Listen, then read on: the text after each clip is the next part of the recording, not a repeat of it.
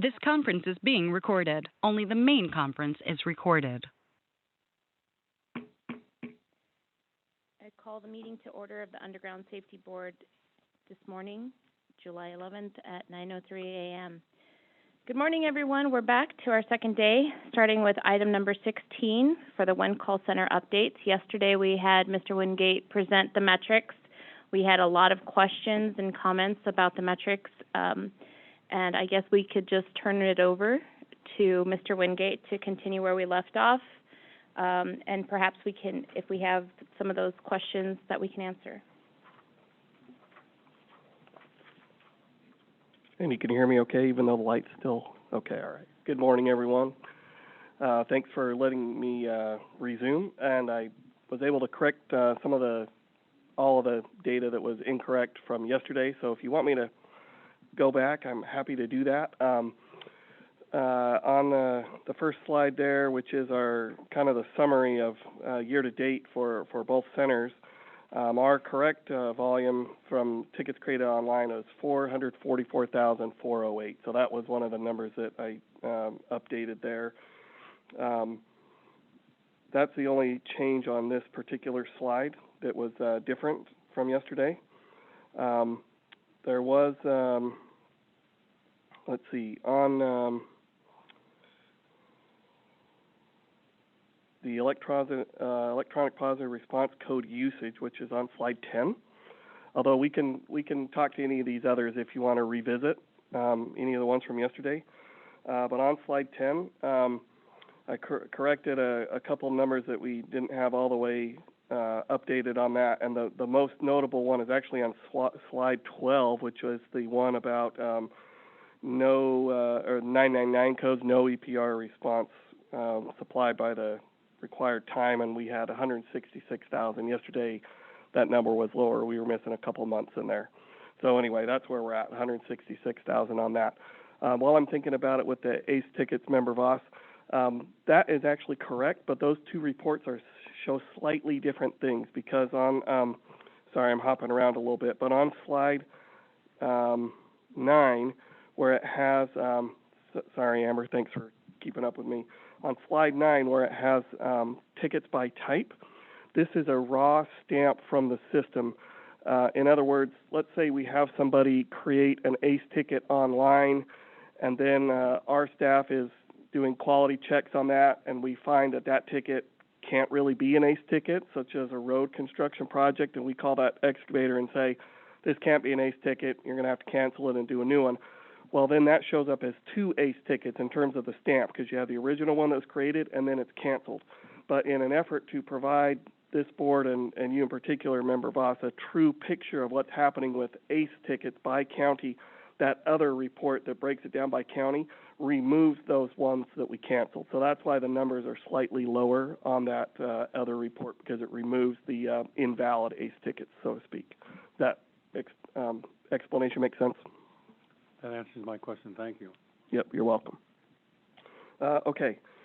And then the other one that was missing the numbers was on slide 14, and that was just where we didn't have the 999 codes on there for March, April, May, and those are on there now.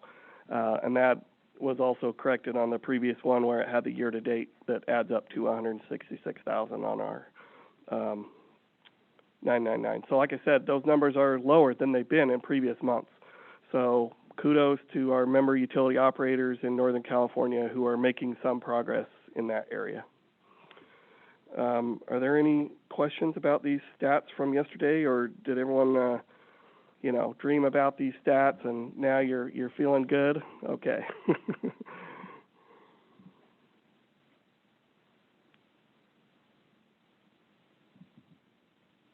No questions for me? Member Charland. So your numbers have Nevada in it, correct?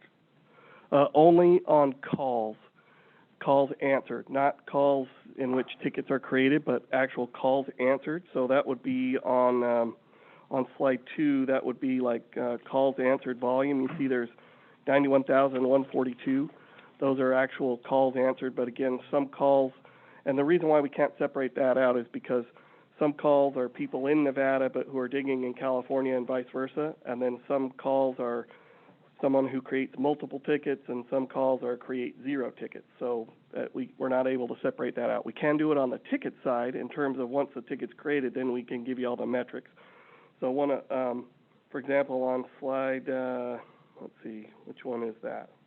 Must be slide 5, where it has tickets that are created by, sorry, that looks like a different number for you, Amber, but that's the one that's, if you go back a bit, keep going, right there. Then that has how many tickets are created by phone versus online, and that is California only for us. So on our first page, the matrix that's kind of comparing both one call centers, that's California, that's your California, and that's South California numbers. Correct. So the difference is 77,000. So the South has really been catching up, and I think it is due to the resend tickets. So I'm not sure if you're going to cover more about resend tickets in your next phase or no. A little bit, as far as renewal tickets, if that's what you mean. Yeah, renewal tickets. Well, you can answer it there if you want, but I guess have you guys looked into it? Is it the new norm? Because we're just about at a half a year. And yeah. It looks like they're not coming back. So right. That's my question to you, and you can answer it now or in the next section, is that the new norm for the USA North is, because I think I've asked at other meetings to the South, they have not seen that kind of a drop with their tickets, and it's apparently happened after the change, and there's a few reasons why that could happen, and I think the biggest one that makes the most sense is a lot of management, a lot of companies really looked into what tickets they were resending, because these people were probably asking for time, to put these new tickets back in again, and they said, what? How much more time do you need to do this, and what are you actually resending? And they looked into it, like a lot of it was maybe stuff that never needed to go, but it looks like what you're saying, that volume is not coming back. That's and I've got a specific report in my next one that I'll talk about that. But yeah, whether it's coming back, hard to say. I think those jobs that were, it's possible that those numbers return to the same percentages they were.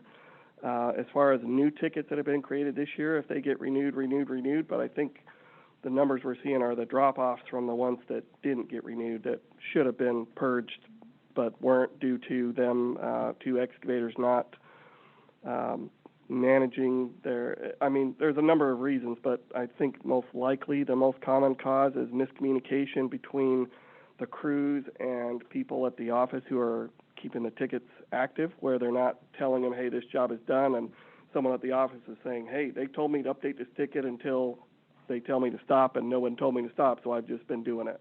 So I think those kinds of things are what got stopped when we made the system change, and so whether or not that'll catch up again to where it was, but it may take a year till it gets there. I guess we'll see. Hopefully not, but we'll see. Okay, and thanks for taking another look at these numbers, and we only You're have welcome. one change. I apologize for not having those correct yesterday. Yeah, and it was just the one, so that's good. Thanks. You're welcome. Other questions? Yes, Mr. Wingate. Back to slide 11, where my concern was with the comparison from last year to this year on codes 20, 21, 22, and 23. I apologize, Member Johnson. I forgot to have that ready for you, but I can do that if you can give me just a second here. Or do you want me to pull that right now, or do you want me to hang on for a minute? No, you're good. You just send it to the notes. I'm sorry, I forgot about that part. No problem. That was not in the normal slide deck. I apologize.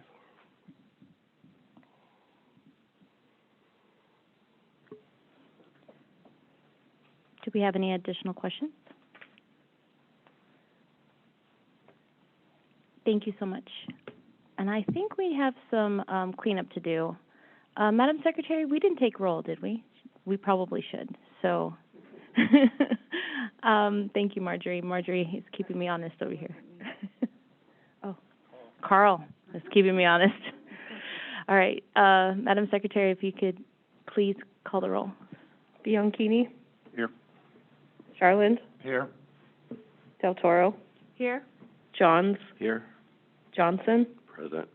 Munoz, Here. Voss. Here. All right, so it sounds like we're all here. So let's move on to the next part of our presentation, which will be the updates from the call centers. So Ms. Diamond, you're up.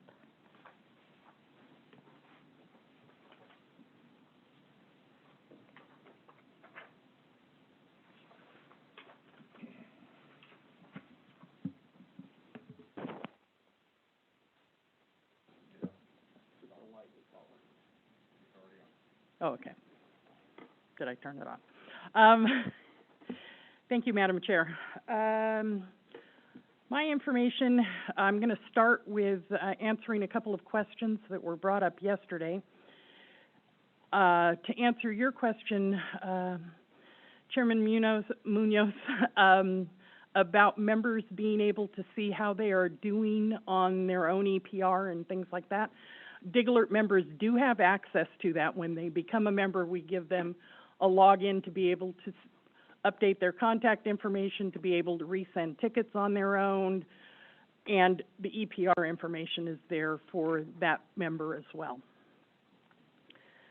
And then to address Member Johnson's question yesterday about 999s, I didn't do the resend request tickets, which is the 20s, but for the 999s, through May of 2023 versus May of 2022, our 999s are down 15%. But as I was thinking about it, some of the 999s, and we'll have to do an in-depth look at this, but some of the 999s may be that some members are not responding, even though on a remark they are supposed to. If the remark request is for, let's say, water, well, why would the gas company respond on that? Or why would the phone company respond on that? Their excavator is only asking for water. So we'll have to look at that. I do know that some members are using, what is it? James, help me here. The one that is no marks requested for the response on remarks when it's not theirs.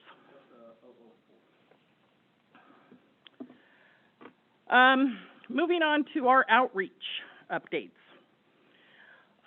We continue with our partnership with the Anaheim Ducks. We had a fan appreciation night. We also had a board night, and our incoming chairman, Gilbert Aceves from Southern California Edison, got to ride on the Zamboni between periods. We have recently, as you can see, we've recently updated our DigAlert van from our old information to our new branding and advertising DigAlert Direct. And then on 811 Day, we are going to have a member town hall. It's going to be a webinar, and it's going to be a way to reach out to our members to tell them things like, do your EPR, what your responsibilities are, make sure you are updating your information, how to get that information. Because a lot of people we have found have been members, especially smaller members, that will say, well, I didn't do any digging, why am I being billed? It's for any type of, you're billed for any type of new ticket excavation in your area, not just the ones you do. So we thought it was time, after 46 years, to remind our members to what their responsibilities are. And then for general updates, we did a presentation to the Underground Safety Board investigators and other staff explaining all the different fields on a DigAlert ticket. Since there's new investigators, we thought it was important that they understand all of the different fields on a DigAlert ticket. I know I've mentioned that we've requested all of our members to sign new agreements because we now have privacy policies and terms of service. We sent those out in March and April. Our response was not so great, so we're starting to do follow-ups. And then finally, we have started a new incentive program called Applause with our customer service reps and in-house staff. It's an employee recognition program.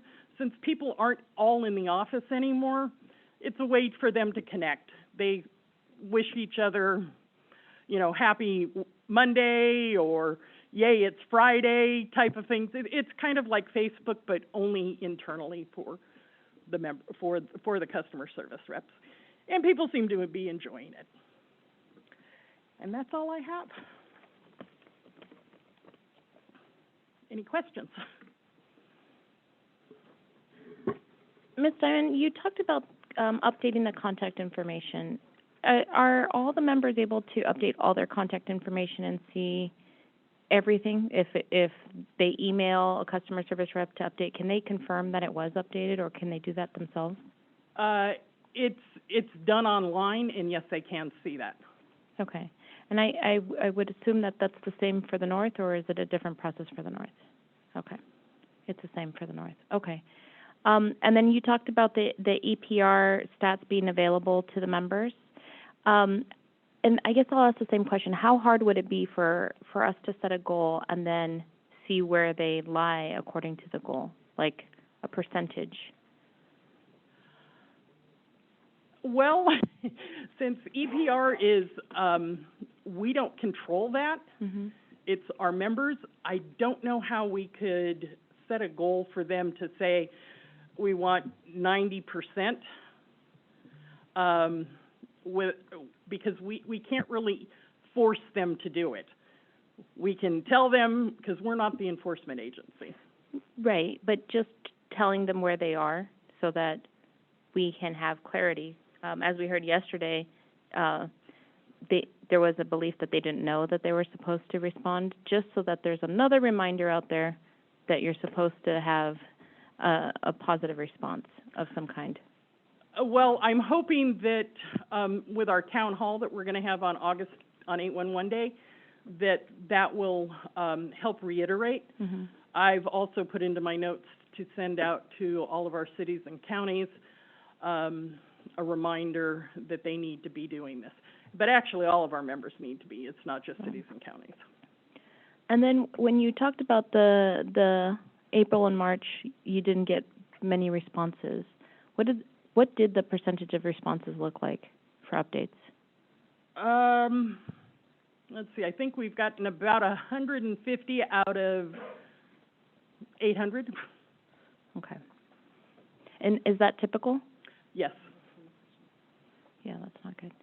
What about updates of the shape files? Does that go out with the contact information? We ask them to do that every year as well, but they may not necessarily be at the same time. This year we're doing something a little bit different because of wanting them to sign new agreements, mm-hmm. because of our policies and procedures in terms of service being added into our operating procedures. Okay. Does the board have any other questions?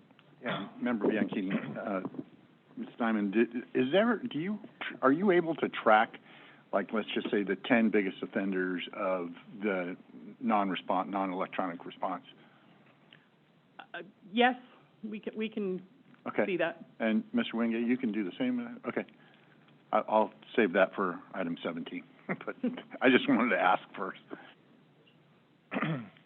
Member Charlotte, I'm going to go ahead and dive into that one now.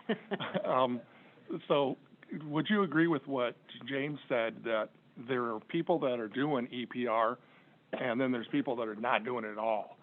So in the South. And I think that's, before we set a goal, I think, and where Ron's going is, we start attacking that group that are just not doing it at all. I mean, and he'll bring it back up, but I think that's the group we need to get to, because I think once they're doing it, and we get everybody doing it, then we can kind of start improving, in a percentage to get them higher. But just not doing it at all, they just don't know about it, or don't care about it, or don't have the system to do it. And I think we got to find out why. And I can add that the Underground Safety Board staff does have access to those reports as well, as far as EPR, who's doing it and who isn't.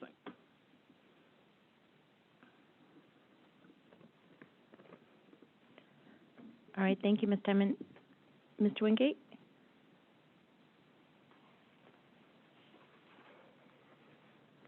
Hello again. Before I do these slides, I wanted to answer Member Johnson's questions about the use of a couple of codes, which I was able to pull up while I was sitting there. Specifically, I believe the code that you were concerned about, Member Johnson, if I remember correctly, was 020, which is bad address, 021, no access to locate area, and 022, no delineation, correct? Okay. So I've got the 2023 report and the 2022 report handy, and it looks like for the bad address, well, actually the numbers are up on all three in 2022, or excuse me, in 2023 the numbers are up compared to 22 in all three categories. So that may change later on throughout the year, but or it could just be that members are starting to use those codes more frequently, but they're actually up significantly. In fact, by the most common one of those three that's used is no delineation. To give you an idea, what's the most recent month, May, we had 4,900 of those in 2022, and May of this year there were over 8,000, so up quite a bit.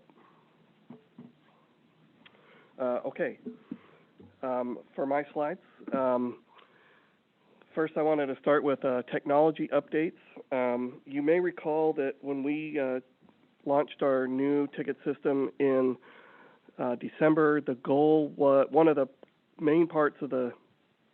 main overall strategies from a really high level was to make it easy for the user, because we anticipate ticket volume going up and we don't want to have a linear relationship of us hiring more call center agents as ticket volume goes up, right? So we wanted to be able to increase our more tickets online, and we felt like we'd kind of hit a plateau before.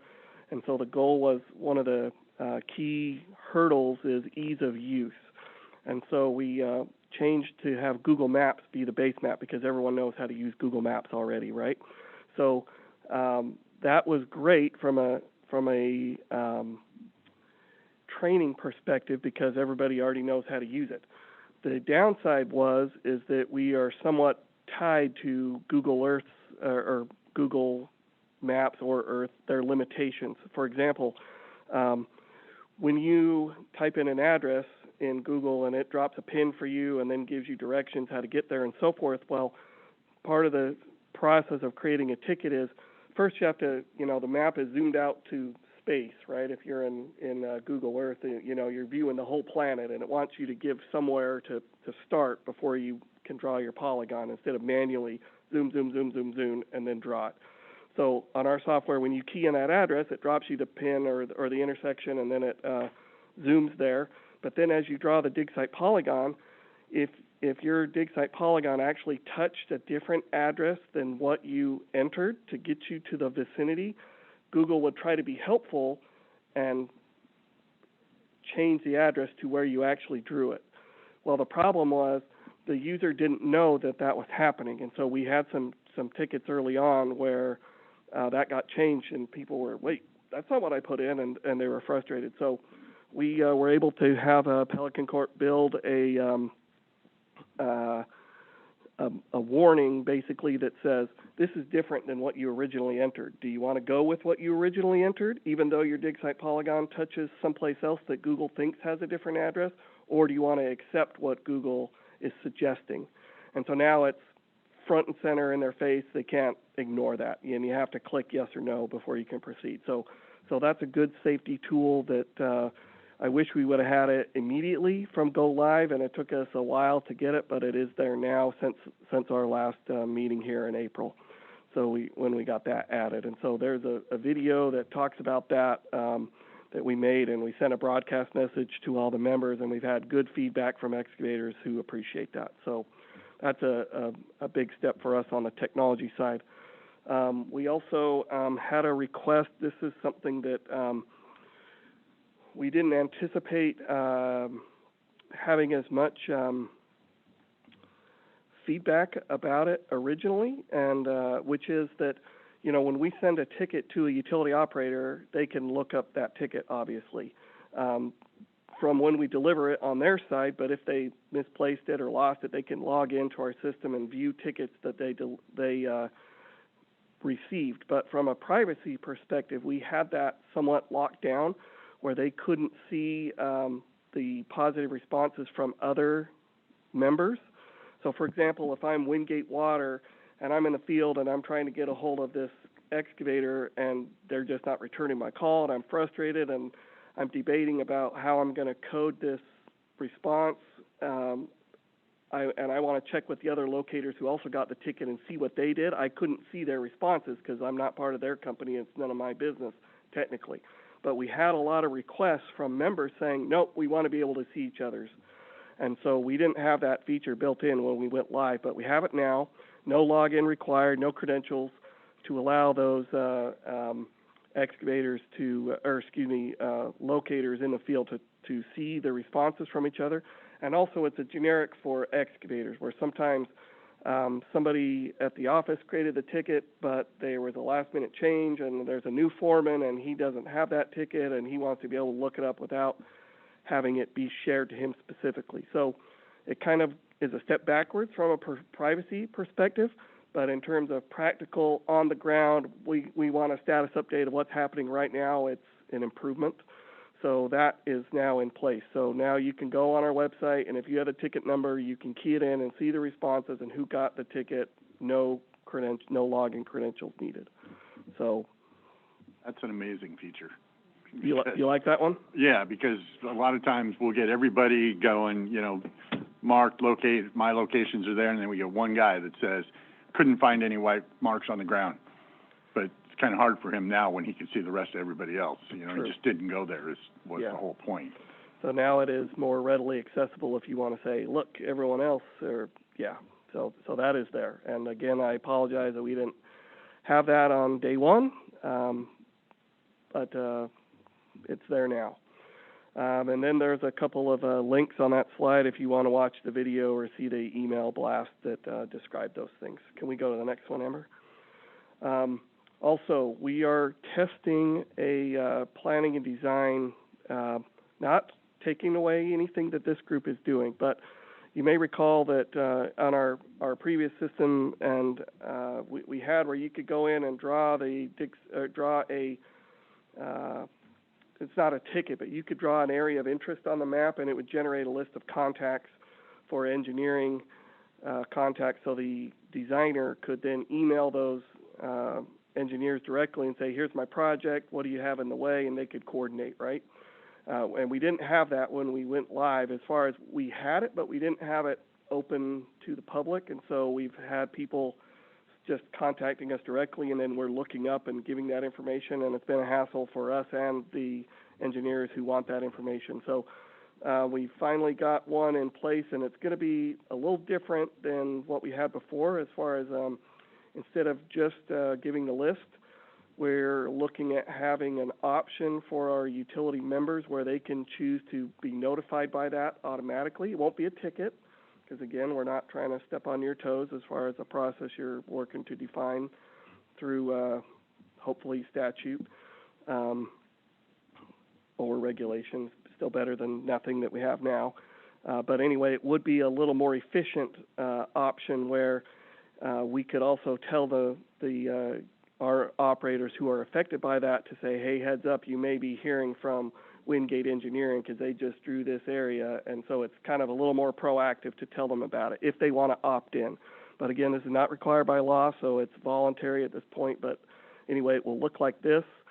As far as it's probably hard to see, but you can see in the description on the left, you see the polygon drawn, but then they could type out the description of what they're doing, and then that would still provide the same functionality as before as far as the list of contacts, but also it might take it a step further where they could, the utilities could opt in to be notified about who's asking for stuff in this area or who's test drawing in this area and things like that.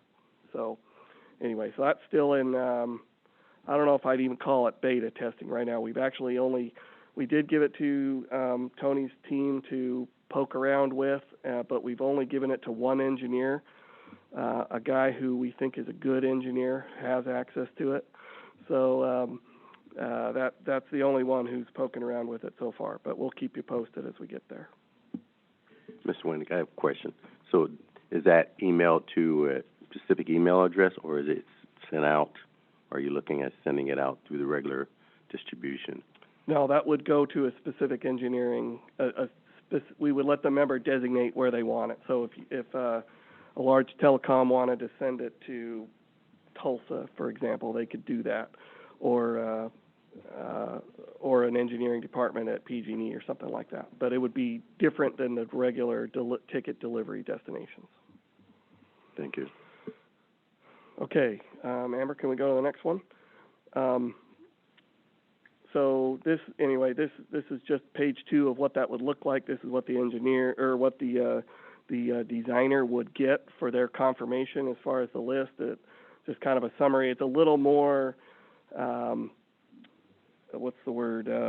user-friendly than our previous one as far as what they will get back. That's a little more put into a pretty document, I guess. We didn't really have that functionality before. It's a little export this list to a text file or to a spreadsheet, and so this is a little more formal, I guess you might say. But anyway, so that's where we're at with that.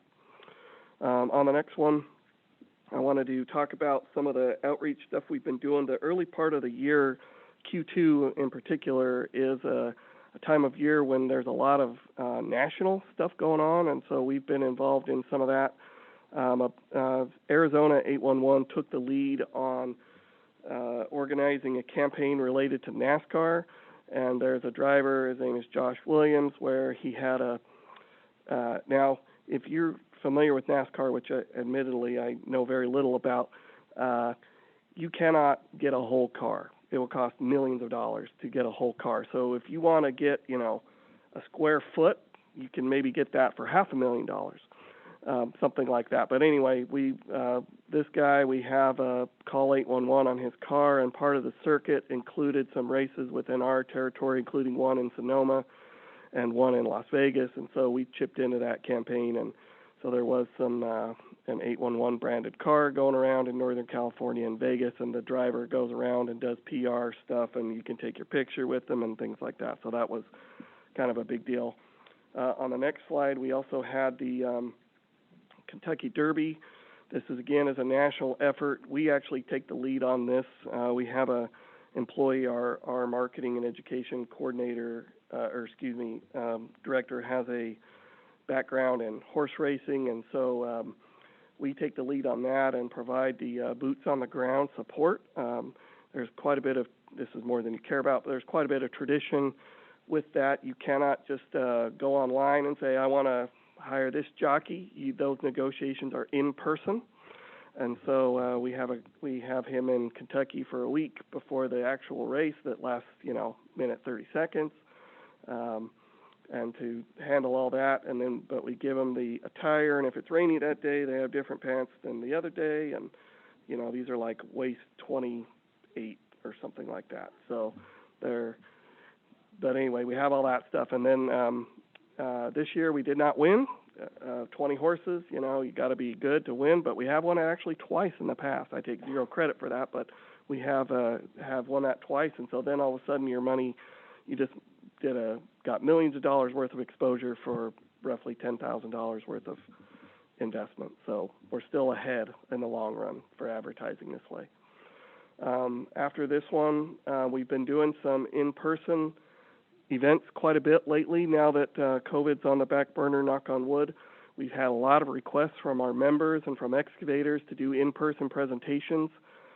People, apparently, we're hearing that our guys are sick of trainings online. They want someone in their face, and so we've been trying to accommodate that request. This was a San Jose Water, one of our large water companies. We did a presentation for them and did a booth when they had a employee appreciation barbecue. I'll just go through these quick. We've done a bunch of, if you can go to the next one, Amber. There was we've been working, I mentioned yesterday briefly, we're working on a combined ag campaign with the Farm Bureau to try to help get the word out among ag people more. And so we had some of our marketing people attend some events for them, including a tour of an apricot farm, a flower nursery, and a goat milking operation, which obviously the goat milking does not directly tie into tickets, but the point is we're trying to be present and aware and on their radar for being a step in their process of what they do. After this one, or on the next slide, this was actually hosted at a landscaping supply company, but they had a whole bunch of they had invited all the locals in their area to attend. This was in San Joaquin County, and so we had people from the county, from a local irrigation district, even from the school district, as well as excavators that buy parts at this big supply store called Normac.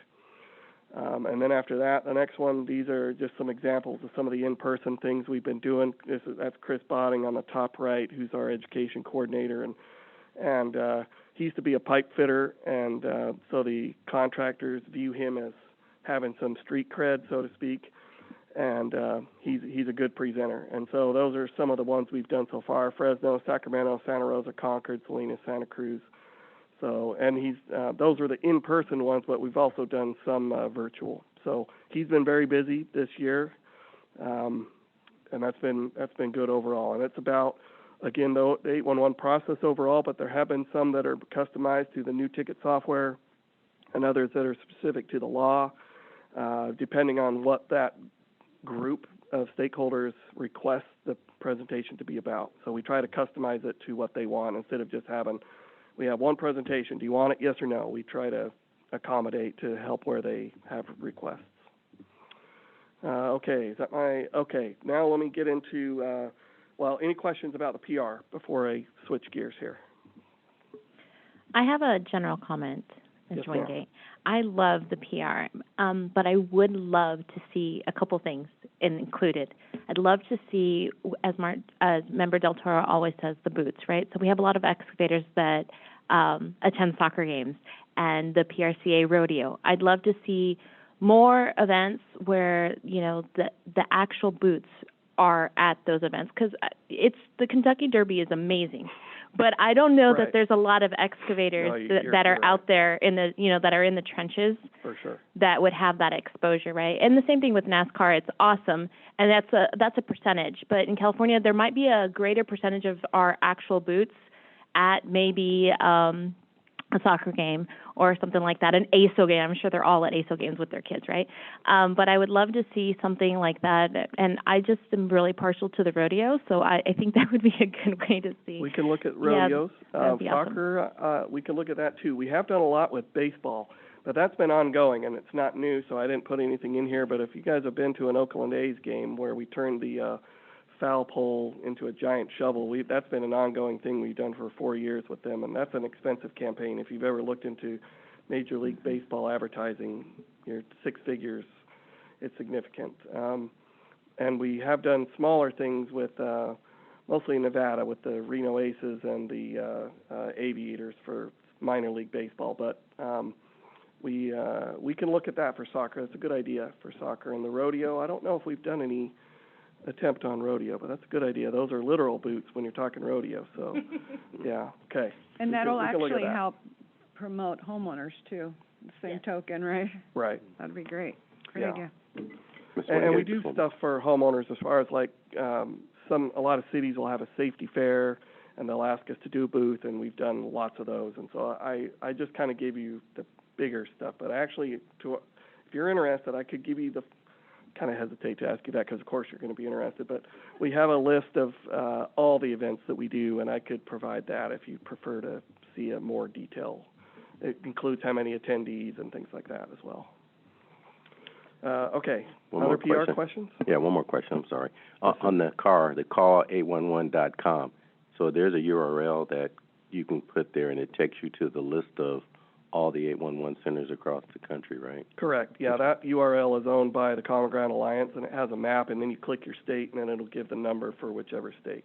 Thank you. Or wanted to make- for whichever one-call center, or in our case, 2 centers are listed there. Yeah, I just You want to can- make sure everybody knew that. Are you gonna be able to take your foul pole to Las Vegas?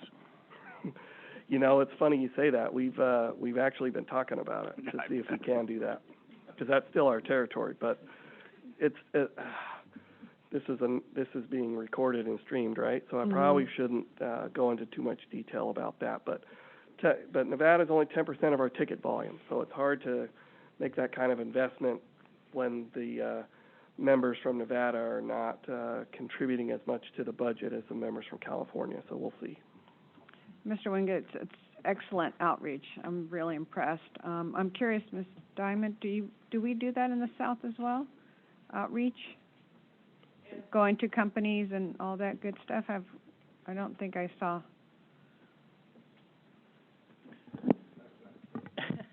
Yes, we do. We also, since COVID hit, we have been hosting monthly webinars. Okay. But yes, Amber does go out and do presentations, tailgates. And not to get too far ahead of ourselves, but we are next year going to be partnering with the LA Galaxy. Beautiful. That's good. Thank you. And Member Del Toro, I can attest that, and for anyone who's listening, there is a website where you can request swag for your local safety. That's something that I've been using. They send you little swag bags. So for your local business, for you to have a safety talk, a tool box talk, you can use that, which is, everybody loves swag, so. Yeah. You know, from a swag perspective, I believe Ann and I are on the same page about this, but I often say, sometimes people say, can I have this, or is that too much? And I say, it's doing no good sitting on our shelf at the office. It does good when it's distributed, so we try to give it away as much as possible. I'd rather have a budget problem of, hey, we went through all the stickers or whatever, then we have these stuff sitting on the shelf, and now some of it's outdated and things like that. So we try to give it away in mass quantities. Member Johns. Yes, sir. So, yeah, question, what's being done kind of to transition the message to call 811 to 811 website? I mean, it's like you don't want to stop the momentum, yet you don't want people calling. That's a national question, and I don't know that anybody has it solved except possibly Canada, because they have the URL click before you dig. They got that one reserved. But to their credit, Alberta One Call owns that, in Calgary is where their office is, but they have donated it to the industry nationally. So if you go to, just like call811.com, if you go to click811.com, clickbeforeyoudig.com, it will give a map of North America, of Canada and the United States, and get you to the appropriate center. So there is some push, but it's there's actually, Common Ground Alliance did a study to say, if you say call 811, do people really think that means you have to call only, or does that just mean do the process? Kind of like how they're starting to some 911 centers are allowing 911 via text message now, right? And so they're still going to advertise 911, which I guess is still a number that you call as opposed to a website. But there's I don't know that anybody's got that solved all the way, to be right honest. I think some people are saying, if you say call, they know that really means you can call or do it online. But and that's actually, part of every call center's message when you hit the recorded messages. You can, want to do it faster, not wait on hold. Go to our website. Every center has that, and so that's a very common thing. But as far as from a tagline perspective, go to our website and do your ticket is harder to put on a bumper sticker, and so we're still working on that. Okay, other PR questions? Okay, shifting gears. This is to follow up with Member Charland, the question about what's happening with new versus renewals. And we decided we've had these numbers historically, but we haven't ever really put them together all at once, and so you're going to need your glasses to see all this. But the short story is, if you look at, this is just conditional formatting, red and green. Red is lower, green is higher. So this is the top section is the comparison of 2022 versus 2023. And so new tickets are down cumulatively, but April and May, they are actually up for new tickets, whereas renewals and all the other types are down. And the most notable one, which I put kind of on the far right, where there are those two arrows, pointing that you can see that we're down, if I can, off the top of my head, thanks, Tony, to the rescue. Now, let's see now if I can just read this here. Down 167,000 tickets total, but 137,000 of those are renewals. So a huge number, as Member Charland mentioned. So anyway, so those are that's a report that shows you that. So it'll be interesting to see, because historically, where you see 2022 on the pie graph at the top, where it's 40%ish, that has historically been our number for renewals. It's always hovering around 40%, or at least it has for the past many years. So this year, where we're closer to 30%, that's a big deal. As far as it's different, then is it an anomaly or is it a new trend? Is it the new normal, as Member Charland said? I don't know. We will see. Okay, on the next, I put it in the summary. I could have just looked on there. Okay, on the next slide there, okay, so you may recall one of the things that has always been a challenge is with data, where people would say, what type of work is causing the most damage? Well, that's actually surprisingly hard to pull that information when the work type is free-form text, which we've had for decades. And so when we did our change to the new system, we forced the excavator to define the work type from a list so that we could report on it. Now, I'm not saying this is a perfect solution, because, for example, if you're installing gas and power, which one do you pick? Because it's not a check all that apply. It's a choose which category and then go from there. So first you choose a category, which is you're doing utility work as opposed to road work or site work at a residential property or site work at a non-residential property, and so on. So we have just a handful of categories, and so these are some generic or some first look numbers, you might say. Now, for now, they're just interesting. Next year, we'll actually have trends. Is one of it going up or one of them going down? What's happening there? So for now, this is just first snapshot of what's happening. But probably to no one's surprise, over 50% of all tickets are utility related, which makes sense because they're typically underground, right? So anyway, but those are just some numbers for you to peek at. That's by type of work on the next one. This one has to do with project owner. Who's the work being done for? Again, that used to be free-form text where the person they could leave it blank, or the excavator could put that they're working for a general. And we were less interested in who the general contractor is and more interested in who's the project owner. If they're a sub of a sub of a sub, we really want to know who the work is ultimately being done for. And so this forces it into a category where, are you doing the work for a utility operator, a municipality, a county, or other being homeowners, land developers, and so forth. And so anyway, so there's some numbers there. And then if they choose utility operator or municipality or county, then they have to select from the list which one are you working for. So this could be a ton of reports, as you can see, which I didn't provide, but this is just, again, an overall snapshot for you. And on the next slide, you'll have to put on your readers and look at this one later, but this is just the largest in each category in case you're curious. And to no one's surprise, as far as municipalities, the largest municipalities are at the top: San Jose, San Francisco, Fresno, Sacramento, and so forth, and so on. So anyway, so those are there if you're curious. We'll see what happens over time if those things change. Perhaps when the broadband money hits down, we'll see more. We do have some data cleanup to do because there's a little bit of confusion, especially with a large telecom who advertises in a different way than their member codes are, if that makes sense. Okay.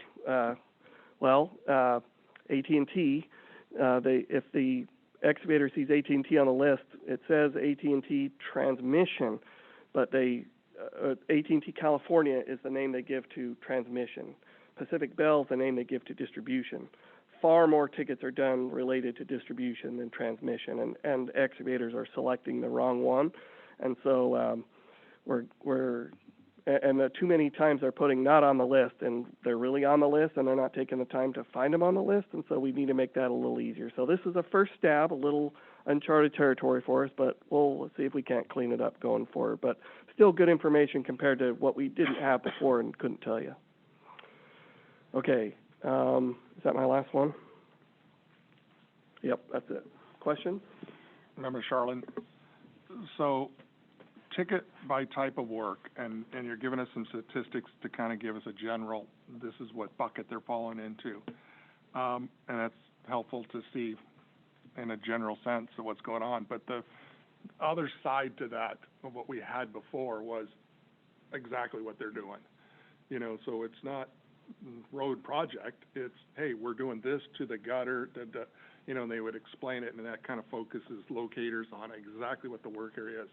And I guess my question to you is, there's still a way for them to put that in, right? Correct. They can still put that in the comments if they want to drill down. Yeah, and that's really valuable. Yes, let's get this general stuff, and we can kind of dig around and see what that shows us. But I'm hoping in your training, or hoping in some of these safe breakfasts and different things that we're doing with the public, and we get to the ticket part of it, is, yeah, you pick this category, but this is what locators, all these locators that are coming out where water and telephone, all that, they really want to know the defined area, and yes, the delineations help, but then what are you actually doing if you're connecting into something or if you're removing something?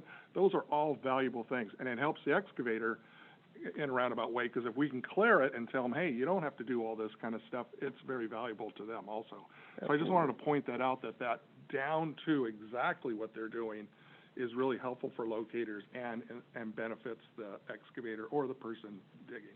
Yep. And it is very interesting. Before in the freeform text, we had the full spectrum where you had people who didn't want to give any detail and they just put excavation. And then you had others where they'd say installing pole type 1, 2, 3, 4 X. And they would really get very specific about equipment and what was being installed. So now we're forcing them to kind of be in the middle and always choose. So at least we're getting rid of the vague, but we are probably losing some of the specificity, although they can in the comments, if they want to give that level of detail, they can put that in, and we will encourage them to do that as well. Thank you. Mr. Wingate, I've noticed on here that you have the homeowners with, I don't need the really tiny glasses yet, but I can still read it. It says, it says that the homeowners on January, February, March, April, May, they had a high volume of tickets. Is that typical? Well, that's who the work's being done for. So okay. These are so it could be the homeowners doing it for themselves, or a landscaper they hire, or a pool contractor, or whatever. So yeah, those are pretty typical numbers. Okay. As far as homeowners themselves, who are as excavators, it's less than 5% of tickets are created by homeowners. Okay. So but homeowners do hire people. So the way that this is written, homeowner, property owner, tenant, HOA, that's someone right. doing work for them. Correct. Okay.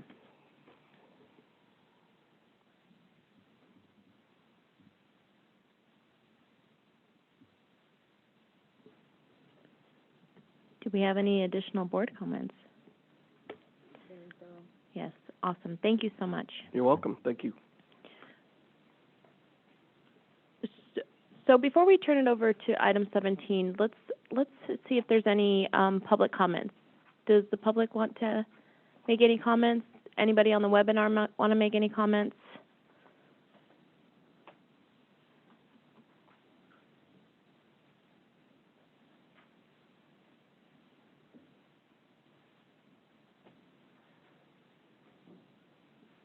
All right. Looks like we have no comments. So we'll move on to item number 17. That was a great presentation. Thank you. So information item on a discussion on safety issues not identified as violations in the enforcement items. So we will have an opportunity to go through items 4 through number 14 of our enforcement list and discuss anything that was not discussed in direct relation to the violations or the sanctions themselves. We will not discuss any cases with enforcement action pending. We'll just discuss whatever loose ends we had in items 4 through 14. So first, we'll proceed with Mr. Marino's presentation on the items. Mr. Marino, are you ready? Thank you, Madam Chair. Yes. So on the 3 investigations, yesterday, I think there were several interesting issues that came out of them, and I'll just go one at a time. First, with the El Dorado County complaint of No 811, we saw that there was a No 811, but we also saw that the contractor was hired by the mobile home park owner, and the mobile home park owns subsurface installations, but given that those subsurface installations were fully contained within the property, the owner was not an operator per the definition in statute. So had the contractor called 811, only the AT&T line would have been marked. And so the propane and electric and water lines would not have been marked. So I guess that goes into the question of how should this have been handled? How much of this is an issue of regulatory or statutory oversight? How much of this is a management issue? I think there's 2 ways to think about it. One, the Public Utilities Commission does regulate propane distribution systems. I do not know how far they go in terms of requiring a damage prevention program, such as is required of gas and petroleum operators per federal regulations. So part of it might be just that there's a gap in terms of the operator should have done certain things. The owner of the subsurface installations, who technically wasn't an operator, should have done certain things that weren't done. The other side of it, you can think about it as whether these types of systems should be exempt. The exemption is based on the fact that the lines being used exclusively to furnish services on that property and the subsurface facilities are under the operation and control of that owner. So I think that makes a lot of sense and probably envisioned for refineries, power plants,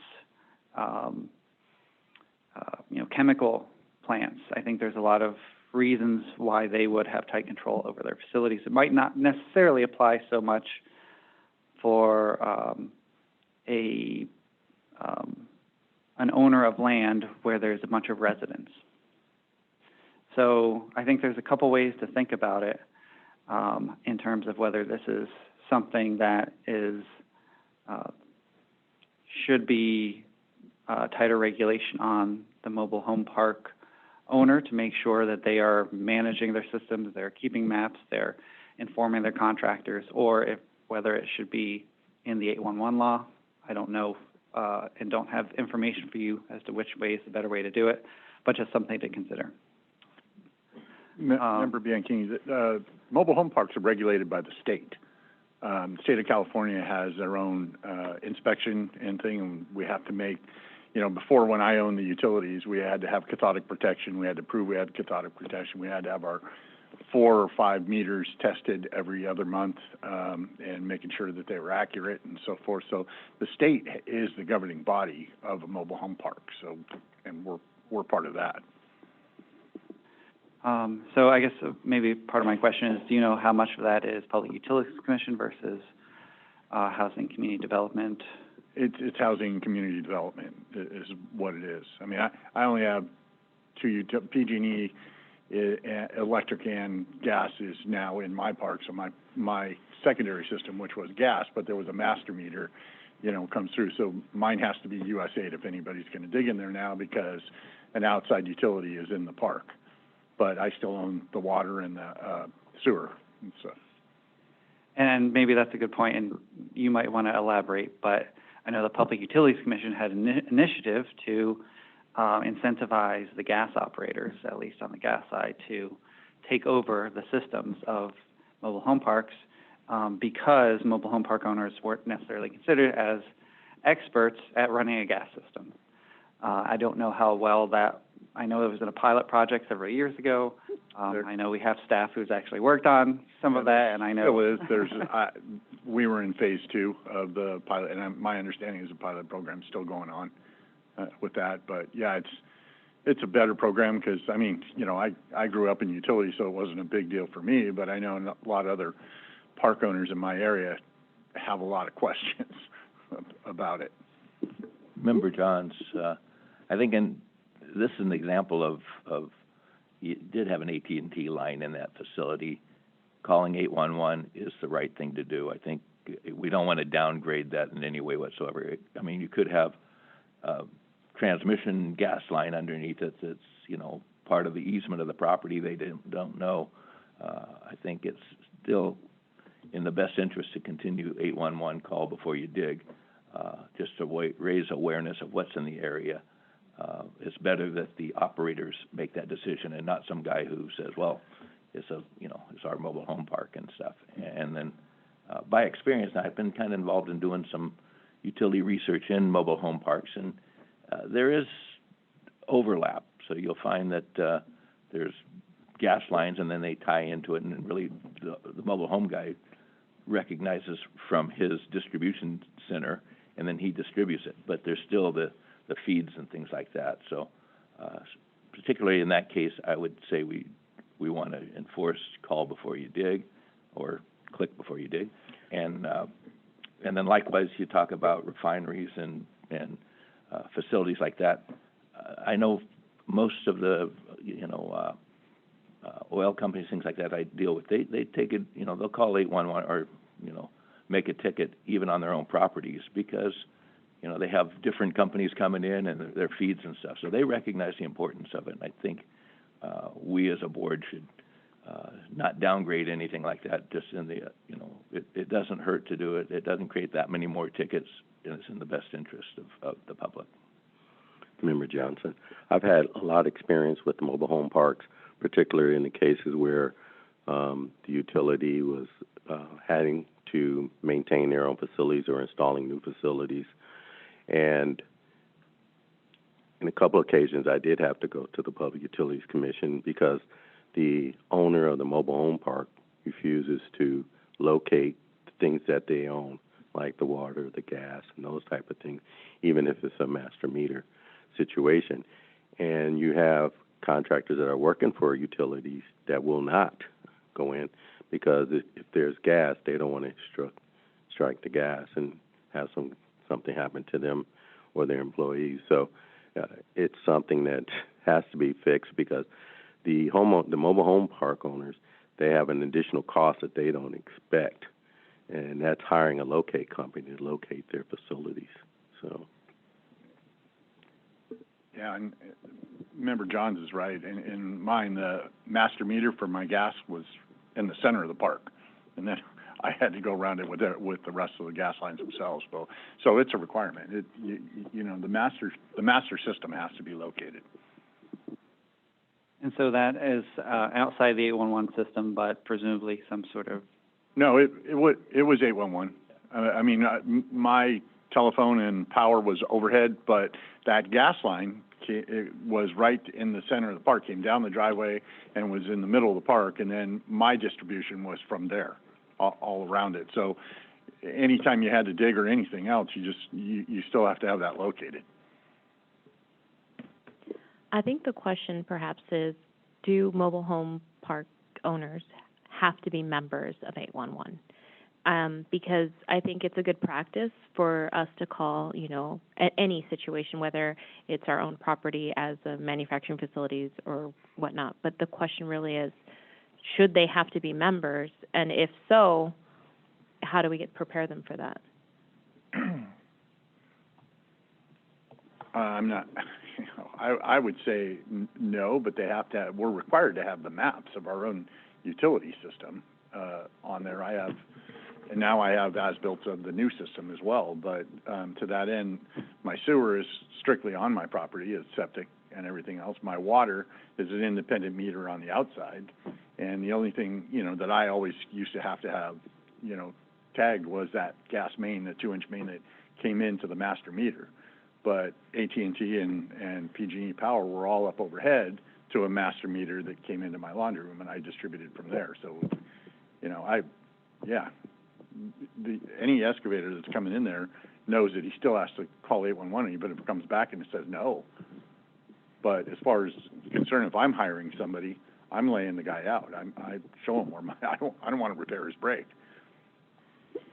And I think that's an individual thing, but from a policy perspective, right? So it's unusual to have someone with a utility background maybe owning a mobile home park, right? And it sounded like in the situation that we had yesterday, they were working from an old map. It was a 20-year-old map or something, and it wasn't updated. The as-built weren't updated.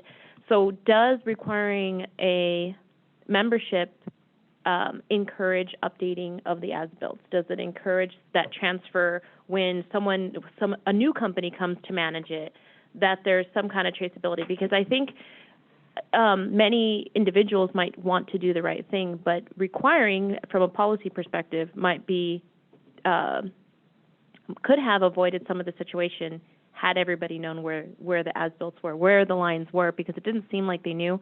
And in that situation yesterday, it was extremely fortunate that there wasn't an explosion, that the propane tank didn't go, but there was some impacts to a senior community. And a lot of times the people that live in mobile home parks, they often are seniors, right? So these extreme temperatures, it was like 113 degrees. These people had to go to the hospital, so there could be some ramifications. There is specifically two types of parks. There's 55 and older senior parks, and then there's family parks that are, you'll see the bigger double wides and the triples. But to that point, I think where you're really, why this is coming up and where you're getting it is the corporation-owned parks that have a management system, the Dudas, or whatever his name was. El Duderino. Oh, Duderino, that's right. You know, he's sitting in Stockton, he's never been to the park and everything else, and he just, you know, that is the problem with that. You know, I have a small one. I only have, I think I have 25 or I have less than 25 spots, but I own 7 houses around it too, so I'm required by those are all metered individually by the utilities around the area. So it's a responsibility of the corporation to make sure that, you know, they are marking when anybody's hired. And I think as it steps down the levels, nobody even checked to see if this guy was a contractor, he had a license or insurance or anything, you know? Mary Charlene. So I don't have a ton of experience, but the little bit that I do was when our company did do private locating, which we don't do anymore, but we did. And we got a few of these, and if we think the maps are bad at the utility companies, they are non-existent in most of these parks because they are bought and sold and moved and retrofitted and all these different things, and they don't have it. So I just want everybody to know that it's not going to be a simple thing if we do this, which is we might need to start it because you got to start knowing where this stuff is. Mm-hmm. But it's going to be a big issue with them because it's not only they're going to most likely say, hey, I don't have this, but once they look into contracting it out or figuring out how to do it, it's going to be very expensive because of the liability aspect is as soon as somebody comes in to locate that and find out there's no maps, you're going to want some kind of disclaimer and then say, okay, we're going to do the best job we can. We're going to protect you, but we are really not going to get everything, especially if it's not grounded, especially if it's unlocatable. You know, all those kind of things is very hard to do and very costly. So I just want to throw that out that, you know, it's not like someone just goes off the shelf and grabs maps and it's, you know, everything that's in that park. from my experience. Yeah, Member Johns, and yeah, to that point, and also Member Amparo's thought about membership. I kind of think that it's a global problem. Mobile home parks, you know, we kind of recognize, and it's good for discussion. The problem carries over to condo associations and everything. It's really private versus public. And I think we have to just, and the way it's been done, is my perspective, is that you make a call, all the operators respond to the ticket, but you always have that knowledge that the resident has, there's lines that are not going to be covered, and that residential demarcation is big. We have the cross-bore issue as a result of that. You know, you don't know where their sewer lines come in, yet you're out in the street, you know, drilling and stuff. So, yes, a big problem. I think that recognizing the, you know, as the owner, that, you know, we do everything we can with what we know, but then you still have that, you know, and even on the tickets, recognize that residential ownership and other entities have their own systems, and they have to be looked at.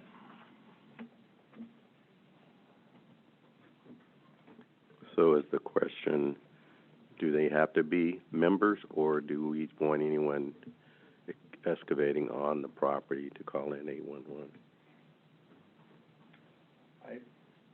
Member Bianchi, I think you need to call, I mean, anyways, you know, even when I did, I had a problem with AT&T because they had a buried line in my property and they didn't have an easement for it. And they just took a shortcut to get over to one, and we were putting in a forced main system, and I had 811 marked in the street, the gas was all marked, everything else, and that wasn't, and we broke it, and they had to come out and fix it, and we had a little dispute over that. But the point being is you still need to mark it and call, because you don't know where the utility ends and the private does inside of anything. So any responsible person that they're hiring, in this case, you couldn't. The guy was probably uneducated on most of that, but to that point, you don't know where the main utility ends. You need to know. You got to mark. They got to mark it to the master meters.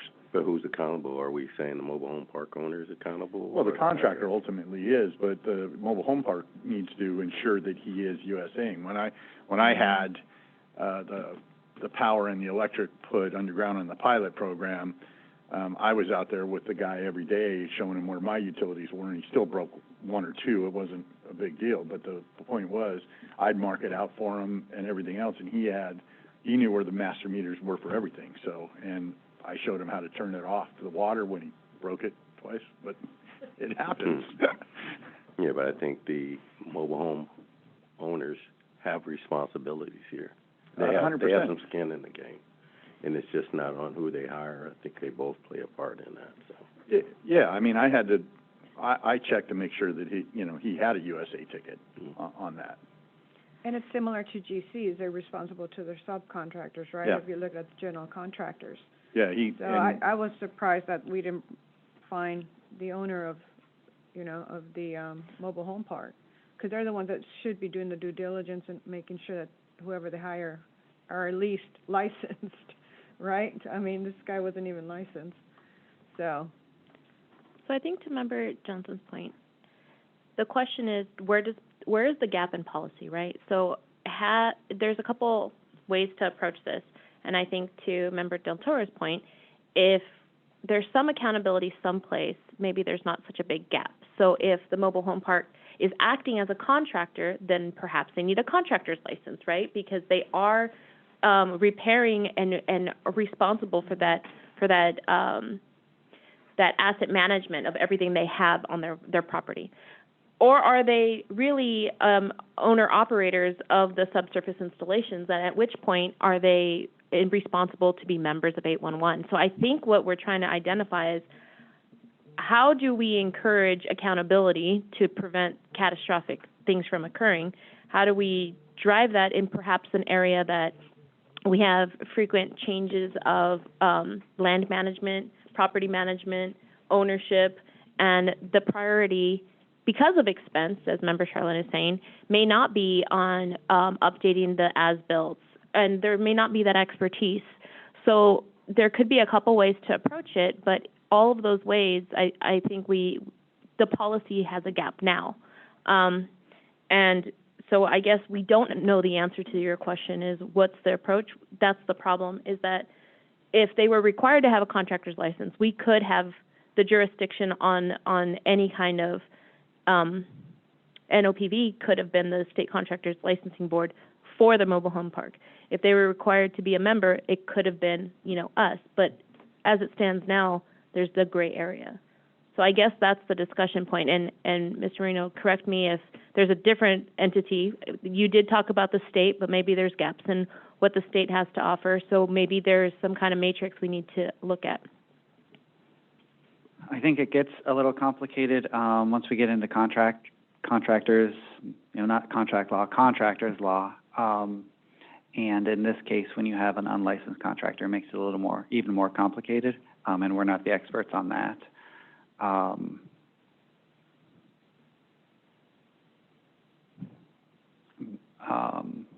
I do know that our plans are to send this investigation at least to the Public Utilities Commission, just, for them to review to the extent that it is in their jurisdiction. And we can, review whether there's any other entities whose jurisdiction it currently is as well. Madam Chair, I've got a question. Tony, going back to your presentation, refresh my memory, maybe I didn't hear it, but isn't there an exemption in law for when you own a facility? I think you alluded to it, like your refinery and that you're not necessarily required to go get a ticket on digging your own facility? If all the facilities are under your control, you don't have to be an operator and be a member of the One Call Center. The the exemptions for 811 are more restricted. There's a property owner, there's a homeowner exemption that we're familiar with. There's a property owner exemption, but that's if they hire a licensed contractor. So on that dig, somebody's getting a ticket. So this would be the example of that. We have a property owner who's not required to register his facilities with 811 because he's got that exemption. But once he hires a contractor, the obligation goes back on the contractor to follow the law and get a ticket. Yes. Okay. But in this case, there was a utility operator on the property. Right, So but the contractor, the unlicensed contractor, he should have get a ticket. Right. He had to get But a at the ticket. end of the day, if he had done the 811, only the AT&T facility would potentially have been identified. There was all the other utilities, assuming they were served from the outside of the park or overhead, would not necessarily have been identified. So the question comes down to the responsibility of the property owner and manager for these private utilities, right, that are running around. And going back to Ron's point, you have the housing authority who's got jurisdiction over mobile parks. So somewhere in there needs to be some collaboration to put the responsibility there. We know there's mobile home parks out there that have actual direct utilities from PG&E and the gas company going directly to the mobile home. My brother-in-law has a mobile home that we use, and the utilities are there. So that one's a no-brainer because the licensed contractor is going to get a ticket, which is going to identify all that stuff. But really, the issue here today is how do you get the property managers to be responsible for the private utilities on their land? You don't always know either whether or not, if it's got an electrical pedestal and a gas meter, that still could be park owned. I had electrical meters on pedestals and I had gas meters that I had to redo. So you don't know. You need to know where the utility ends and where the private starts and stuff. I ran into that personally on a demolition of a dog kennel on some property we bought that they had a master meter from the Southern California Edison, and from there they were distributing power independently with these private meters. So I know exactly what you're talking about. Okay. Yeah. Now, the current system, and I think one of the breakdowns is that you saw in our, notes, is that the contractor said, I thought the owner called 811. And so, bottom line, it has to go back, the excavator calls 811. And then I think, you know, when it comes to the ticket, that they know that the residents, and the training is to know that the residents, the mobile home park, if it's a, you know, apartment complex or Cal State Dominguez Hills, anything like that, they need to follow up and know that there are other utilities in the area. They're not getting the exhaustive list, but it has to be incumbent upon the excavator to recognize who the entities are that if he's working near their properties to follow up, so. But again, in these mobile home situations, is there housing authority, is there anything in their regulation that says that property owner needs to know, identify these privately held utilities? In other words, is there already something there on the books that we're not aware of? I don't know the answer, I'm just proposing It is that. a requirement in the transfer of title that you have all the utilities and locating maps and so forth to scale. I got those when I bought this one years ago, and I've kept them updated. I don't, you know, whether or not people do, you know, it's But not a question. it wasn't a requirement at the time you purchased it. It was a requirement of the sale that they had, got maps. You required it. No, it was part of the state requirement. Oh, it's state, okay, so Yeah. so what you just, if that is the case, then there's already regulation. Yeah, it was in escrow, we had to check off that we received them, and I looked them over and things like that. And that's that my all point. goes That's to your, my point, there may already be some regulation on the books. yeah, and it goes to our operating agreement through the state that we had them. So there's, But what's the cost to be a member of the One Call Center? Because they're gonna have less than 200 tickets, so from a safety perspective, I would think it behooves anybody owning a mobile home park, to have, be a member of the One Call Center. I think that's the direction we should head. and there's one other thing, so kind of shoring up your question. At the point of sale or the point of land use transfer, whenever land is transferred, there's a disclosure for any points of sale. So the assumption is that the as-built should be accurate. But at this point, what we're trying to do is not oversee the property or the operations of it. We're trying to oversee the daily use to make sure that the subsurface installations are protected in the event of an excavation event, in the event of construction maintenance. The title transfers won't cover that. And that would require that what is not there now is periodic verification that the as-built are updated. There's no requirement for that in general. And this kind of goes into some of the, I hate to bring this up, but the EIR reports for land use in general. When there are transfers of land like mobile home parks and they're going to be redeveloped as something else, there is a lot of abandoned lines that happen there. They just leave them in place, and maybe the as-built aren't accurate. So this can also feed into the abandoned line issue because, at least in my area, there have been these types of transfers of land use, and so you do see this. So would a great operator keep their as-built up to date? Yes, because it's easier for them. But is it a requirement that they periodically update them? No. Is it a requirement when you're a member of 811? Yes. We still have a gap in that, getting them updated, but it's a requirement. So I think, going back to Member Johnson's point, is what is the cost benefit? If our job is to ensure the safety of Californians for subsurface installations, is there a way for us to get the mobile home park utility operations under that blanket to make sure that the public is safe? Madam Chair, and that's where I was trying to go with it, because there's already existing statutes in place that govern that.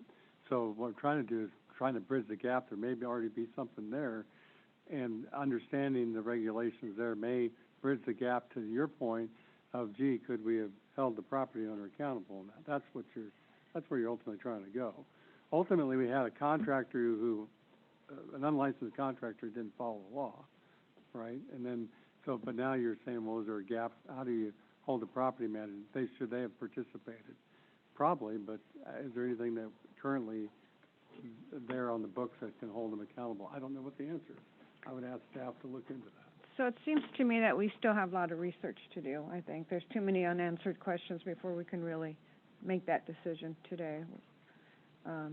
So maybe have staff look into what's governing them at this point, if there's any regulations in place, and maybe come back and table this and report Yeah, we back. can look at that, and our first resource would be the Public Utilities Commission.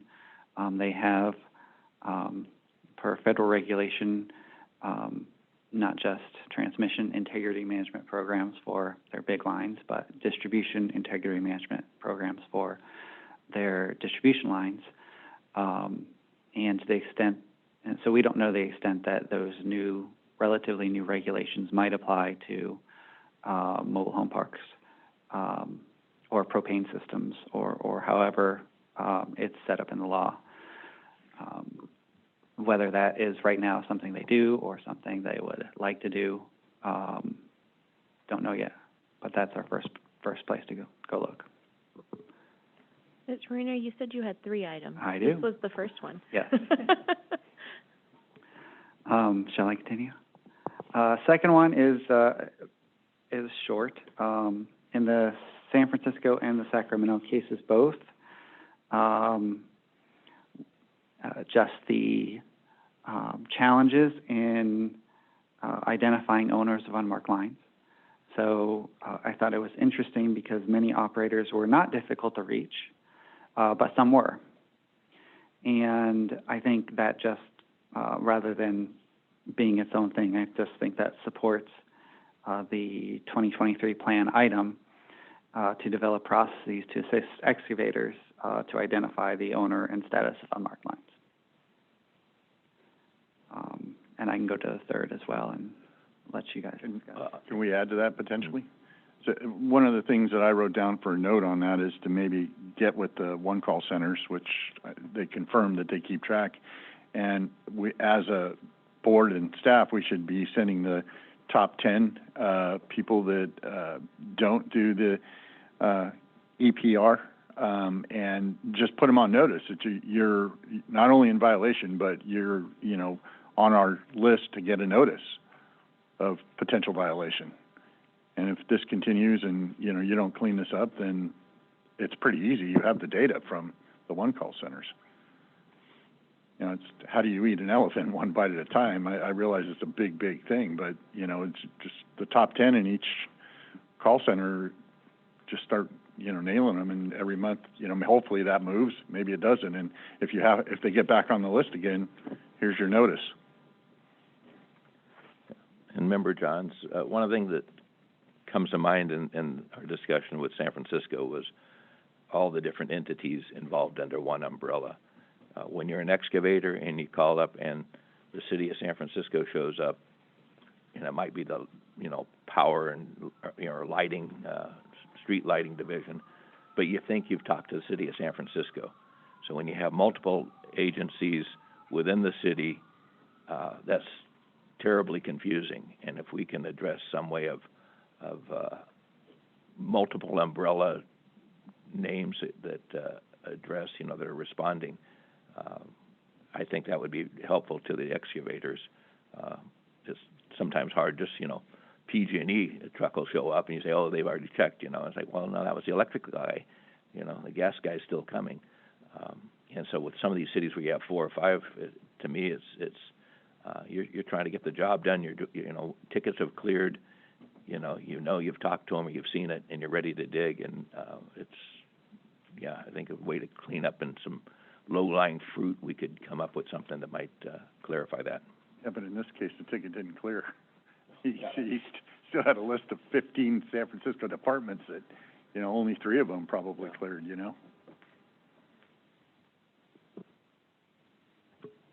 I would also add that one of the things that was brought up repeatedly in yesterday's discussion was there was an attempt to update the mailing address, and it wasn't resolved. But that goes into what Member Johns is saying is, did they update some of them and not all of them, and it was confusing? That's where I think the portals have been helping. I think it is the responsibility of each entity to verify that they have the correct contact information on there, and that should be when I read, for 4216, you're required to have accurate and updated contact information. It is also your responsibility to verify it. The tools have been provided. So although, that was withdrawn yesterday, I'm hesitant to really say that we're removing the responsibility for a member not to do their job, which is to verify the address. So anyone listening, go in, verify that all your contact information is correct, because the tool is there. Member Voss here, I guess my question still comes down to when we ask for the contact information in these cases, and I know on USA North, when I filled out that for our own company, there were multiple categories that we could pick. So the question becomes, when the request is made by our investigator to get contact information, which one was sent? Was the accounting? Was the billing? Was it the member contact? And I don't recall there in USA North system that there was there wasn't a category that said for NOPVs, right? Notice of violation. Maybe we ought to ask the call centers to do that. I don't know. But, I mean, just understanding, at one time, I think your portals were similar, Ann and James, until you changed the systems. And honestly, with your new system, James, I haven't gone in there to see if the choices are still the same. But I think some clarification there. I mean, obviously, the best communication today, in my opinion, is email, right? But the hard paper copy is, I think, the backup at the end of the day. But that's just my opinion. I can go in the last one, which is contact information, which I think has come up since 2018. So, we first heard from the one call centers who just complain about contact information, how they don't get good contact information. But then that is still an issue. It keeps being an issue. And it's interesting because they have that concern has been a long-lasting concern. And then we've also heard from excavators who have problem reaching the right person when they're trying to use their in-the-field contact information. And in this case, the San Francisco case, on the one hand, we had a person trying to update their contact information, and for whatever reason it didn't appear to be successful, that they were able to do it. On the other hand, the emails that they received were put into a clutter folder. So it seems like it's worthwhile to consider whether there is a common understanding among all the operators for the different contact information they put in there, what their responsibilities are for them. And happy to let you guys discuss it or go to public comment. Member Johnson, it goes back to Member Voss's comments. We provide contact information based on categories that are provided by the one call centers. So if you want a billing contact, or if a ticket is stuck, or a system issue, engineering issue, but there's nothing for a contact for you guys, for us. And so I don't know why don't we have our own contact list. We need to establish a contact list related to investigations, because I can tell you investigations don't go when they were coming to me. They never came to me. They went to somebody sitting in New Jersey. And that New Jersey's email or mailing address was not in the contact information for the one call centers. You just knew where to go, and that's probably true for everybody. So I think that there has to be a category specific to our concerns that we can go right to them, and the investigators can go to them and get the information that they need. But right now we're relying on the one call center, and the information that they have is totally separate from what their needs are versus our needs. And I'd also say that we've run into issues on the other side where not all the information that we use in an investigation comes from the call centers. A lot of it does, but in particular when we're sending out notices of probable violation for companies that are corporations that are listed on the Secretary of State's website, we go to that, that contact address for service of NOPVs. A lot of the bigger companies have an address and then a agent to process, and we'll send them both. And a lot of companies will find out, sometimes they'll find out after the 30 business day period, because it goes to New Jersey and gets routed through Kansas City before somebody finally gets it. So this has been a challenge all around in terms of sometimes it's the right contact information technically, but it doesn't get to the right person. And sometimes, well, you've seen the other times, so.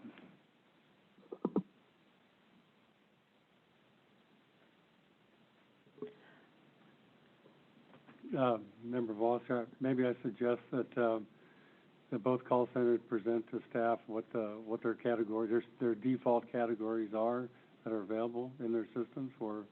Now this pertains to operator contacts, but the excavator contacts, I'm assuming, are getting picked up by those submitting tickets.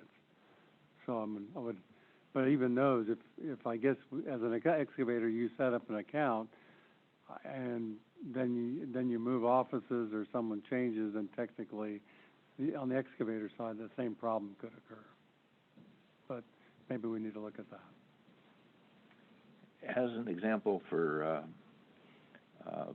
design ticket call-ins and stuff, I've kind of experienced with both North and Southern California requesting tickets. They will send me a list of the stakeholders in those areas, and they will give me multiple contact names. So you'll have, call tickets, for somebody in the field. You'll have an engineer or a design person and stuff. And so it's a complicated issue with multiple, if you're what you're referring to, So I can see it's challenging with all the different people and entities involved in the business. And I think this would be good for the board to see, right, that there are a lot of choices and a lot of data could ultimately have to be kept up.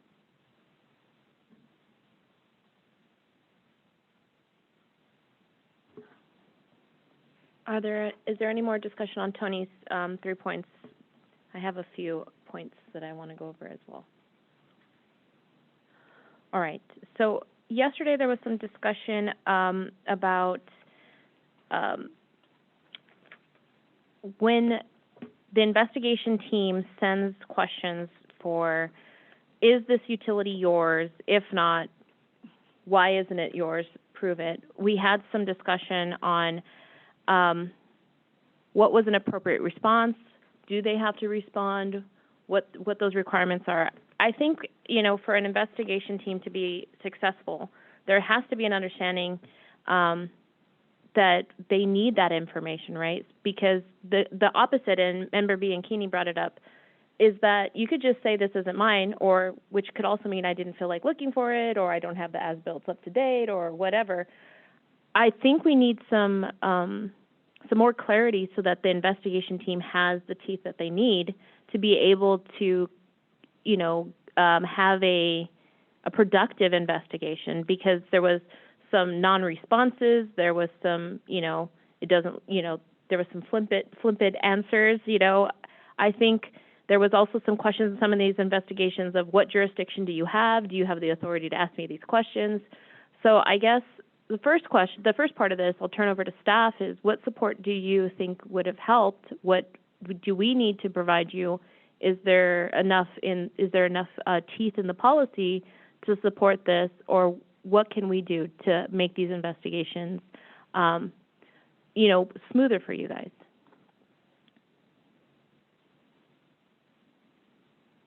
You're literally asking to prove the negative. Right. The negative is no, it's not mine. Now prove that it's not yours. I mean, I don't. That's. Well, some of them had some really good answers. Like, after reviewing the as-builts, we determined that ours are over in this area.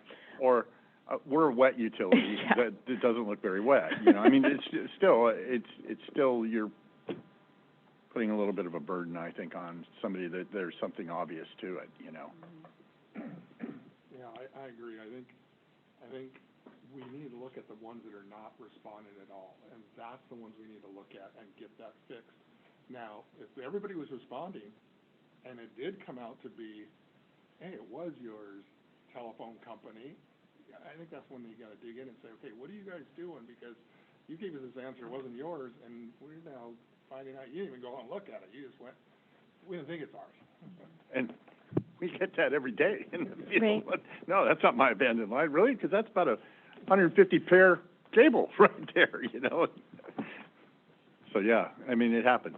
Yeah, and I think that's when we look at it and say, okay, they delayed this, they made this a lot longer, and then I think we get to what you're talking about, where now there needs to be a little financial thing going on, because you could have done this correctly, you chose not to, so it's more than training, because, you know, you're causing a lot more.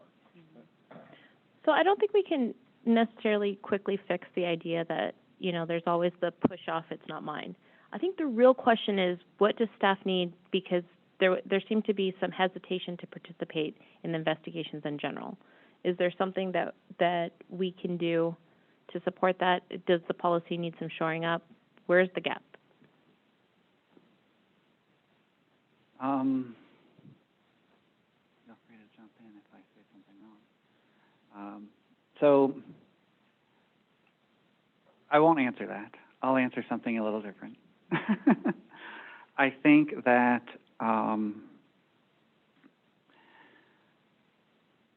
I mean, we saw it in this case, but we see it a lot, just the challenge of getting information. Not just, and cooperation comes in different forms. We do get sometimes people responding and saying, well, that's not really, you know, my department, or, oh, you should talk to this person. And then you talk to that person. They say, oh, you should talk to that other person first. And sometimes that happens when both the people who say to talk to each other are on the same email chain. There's a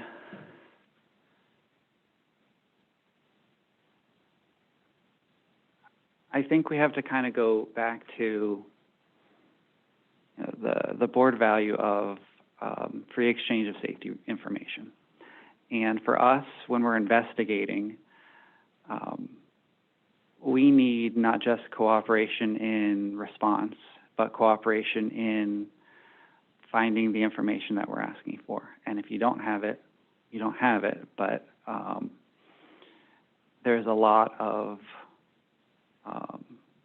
pushing it around as if, well, you're not the Public Utilities Commission, so you're not, you know, we're not going to treat you like the Public Utilities Commission, or you're not, you know, the Contractor State License Board. So maybe you know, whatever, you're just this little thing. We don't know. We're not going to pay attention.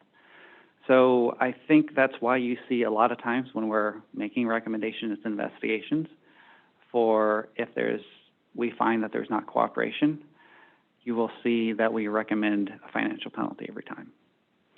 Because now you can decide whether or not it merits it based on the facts of the case. But when we're looking at this, we're looking at it as this is the state of California. This is an enforcement entity, investigation entity, just like the Public Utilities Commission, Contractor State License Board, Fire Marshal, and it needs to be treated as such.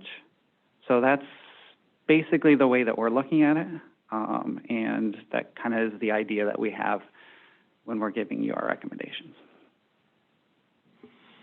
Yeah, Member Johns, yeah, so in light of that, in the discussions we had yesterday, it was under California Code, you know, Title 19 was what was cited for not cooperating.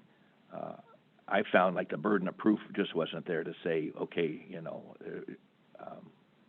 so I think we do need to strengthen our presentation and to where you can really say, yeah, you're not cooperating, you know, with maybe a second notice or something like that, that they acknowledge that they're not cooperating and recognize, like you say, you know, you're not PUC, but, well, we got to show something that we are somebody. but yeah, I think firming up that documentation would be, in my mind, something where I could say, well, you know, and then understanding the limits of what, you know, penalties we could get to really get people to respond to you. That would be the goal, is that we can, this was a good exercise to even present it, and now take it to that next step to where it's like, okay, next time we'll have something to say and we'll, you know, we'll be more supportive.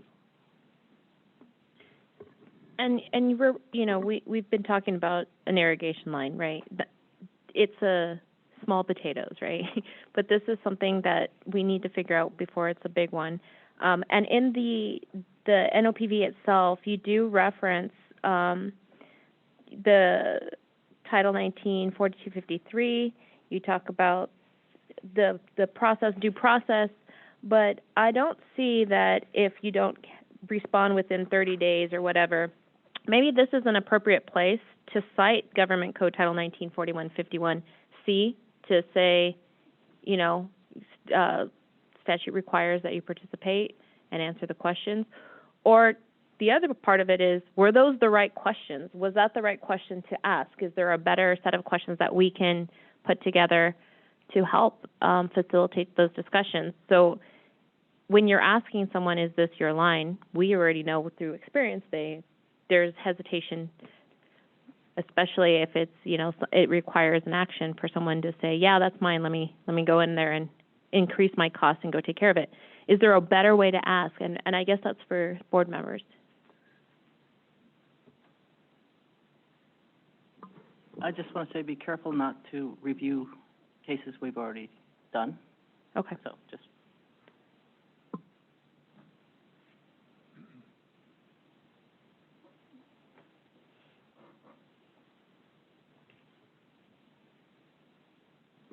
Correction now. Those were hypothetical situations I was referring to. Member Voss, I think the situation we're looking at in the cases that we're referring to are these hypothetical cases. They were facilities that were unidentifiable or accepted by any of the members contacted. So I don't know, maybe in these cases the level of importance didn't come to the surface. I'm guessing that if it was a natural gas line or electrical, something of high danger, that naturally people are going to cooperate at a much higher level. So I think part of that may be, hey, it's just not ours, and would have been nice to have more descriptive from that one of those entities that says, hey, maybe it's this or maybe it's that. That may have given us more comfort. But at the end of the day, no is no, and again, in both cases, these, and again, they were, if we, in the one case, though, I don't think the communications, or if it was live, it was just the protective covering that had been broken on it, where the other one clearly had been severed, but it wasn't impacting anybody, so it's not on the radar. It just naturally doesn't come to the surface. I don't know, right or wrong, that's, I think, what's happened in human nature. I think there's also, we're talking about how language affects, the way people look at their responsibility, and what level of effort they should put in. You do see kind of some legacy language in our law that makes it a little bit, doesn't necessarily send the right message. Several places in the law, they talk about, well, an operator provides or somebody provides this or that if known. And I think that's probably not a well-worded phrase in the statute, because who is it that's supposed to know? Really, what I think that what it actually says, or the way it should be interpreted, the way we interpret it, is that if the information exists, talk about abandoned lines. As of January 1st, 2017, operators are supposed to keep all of their abandoned line records.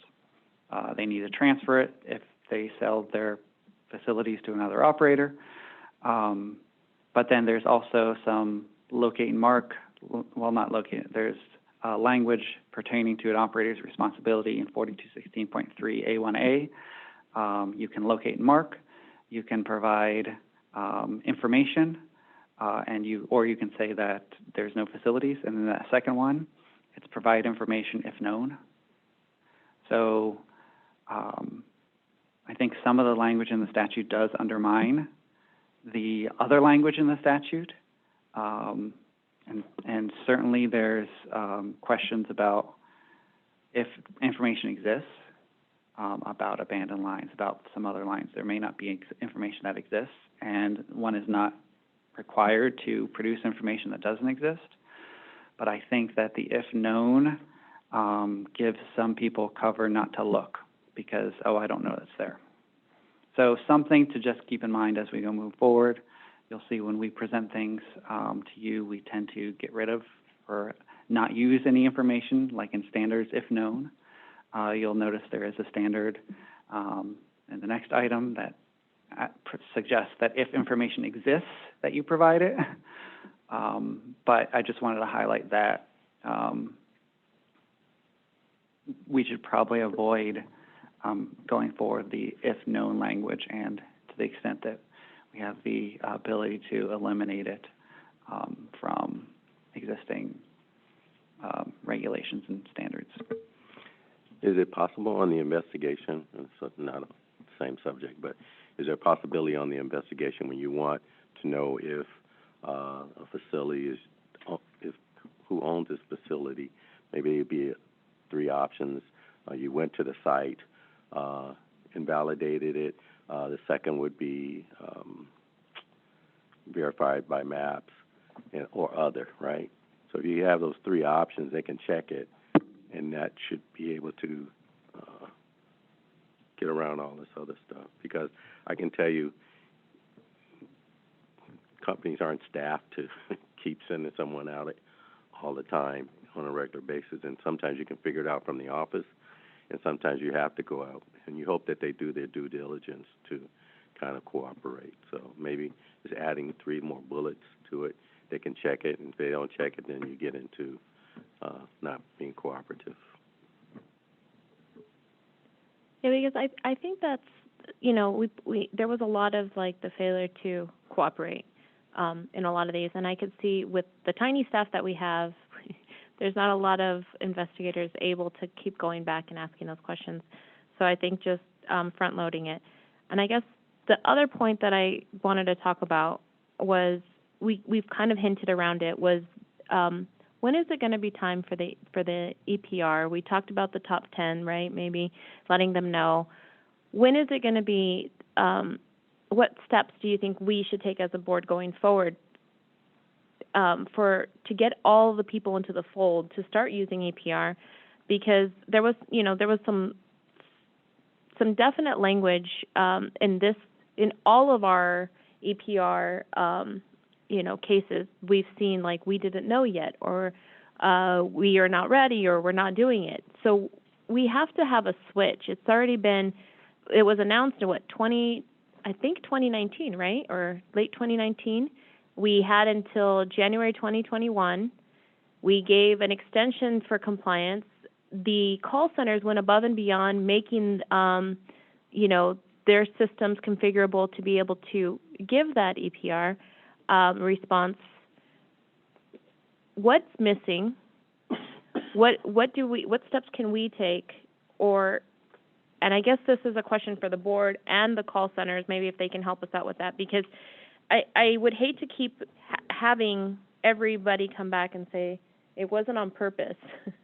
Well, is there a chance that, and I'm asking our attorney, can this board make a decision to turn around and tell staff that you can take the top 10 offenders of this and let them know that they're in violation, and this board is requiring them to take our education without it coming back to the board? Can we make a rule on that? Because before you answer, it answers Emporo's question, because our biggest thing is, well, if they don't know and they haven't been trained, then, you know, we kind of want them to do that. Well, we know who the top 10 are. Every month, we're now saying, this board is saying you have to take the training, and if this continues to happen, you're going to get a financial fine. Sounds like you might want them to be sending out information letters, giving everybody True. a warning. And Yeah. I think you have the ability to order staff, but certainly you have the ability to recommend and suggest. Okay, yeah. In other words, you're right now on the potential list for an NOPV? Yeah, and it's because you're not responding. So we're requiring you to take the education. Then, you know, I think we're all in agreement that, if they've had the education, they're still not doing it, it's time to levy some fines. So I think with... Member Voss here, but I don't know that we discriminate against the top 10. You send it to all of them. Yeah, you can't. I just was Yeah. not trying to overburden the staff, but I agree, you know. I think there's a due process requirement as well. So we'd have to issue NOPVs to everybody, like equally, so that we're not picking and choosing. Everyone would get an NOPV. We'd have to have a whole lot of these hearings to let everybody know. But the question is it worth it? Is it worth it? It's been 2 years and we're still, we still have excavators not getting their response back. We still have a high propensity for having issues out in the field. And we have, which will come up later, we have concerns with, with other bills that are coming out to try to help shore the gap up. Is it worth it for staff to send out, 500 or so, maybe, NOPVs? I don't know what the number looks like, but it could be as high as 500. We have done some work that our Assistant Executive Officer is going to talk about. Madam Chair, members of the board, I won't go into a lot of detail because we have a current ongoing EPR audit, so I'm hopeful to be able to bring that information to you soon. Member Voss, it seems to me once they get that data and identifies whether it's 500 or 600 frequent violators. It's one for those that miss it or are late, but ultimately, get the report done. But what we're really looking for is the ones that just aren't doing it, period, right? That's the big low-hanging fruit. So once you get those people identified, you send them a one-page letter, concise. This law was enacted here. You had two options, either take a private lease system that'll interact with the call centers, or you use the call centers, and you've been in violation now for such a time. If you don't get your act cleaned up for the next 2 months or some period of time, you will be issued an NOV. And just so you know, we suspect that a letter alone won't make much of a difference for one reason, which is we've done that in 2021 for the private sector operators. And I think we talked about it in September or November, how we looked at EPR compliance from before and after, and it didn't change much. So we don't know how much of that has to do with contact information, but we suspect that, once a letter goes out, a lot of times an NOPV will need to follow. So I think given the due process requirements, and to make it equitable, or at least equal across everybody that's out of compliance, it needs to be looked at as an audit, which I am happy to hear that you're already doing, and then probably the next steps need to be an NOPV, because the issue would be is if they did voluntary training without the sanction requirement, then the next time, if there was an issue, then it would be fine. So there wouldn't be motivation to do that, because that would put them one step behind. So I think it needs to be fair. But I'm happy to hear that, but that we're all kind of thinking the same thing. But we just need a process for that, and then we get back to the amount of staff that we have and all that good stuff. But I think the call centers are here so they can hear what the next steps are, so they can probably help communicate to their members what might be coming down the pike.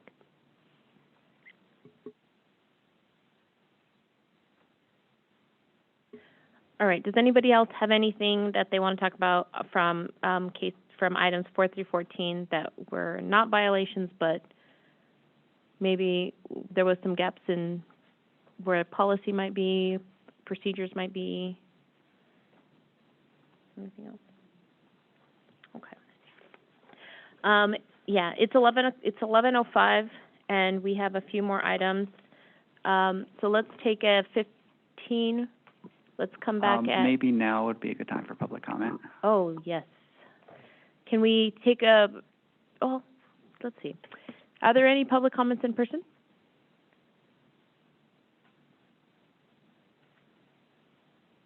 Are there any public comments on the call? There are? Okay. We have a raised hand. Oh.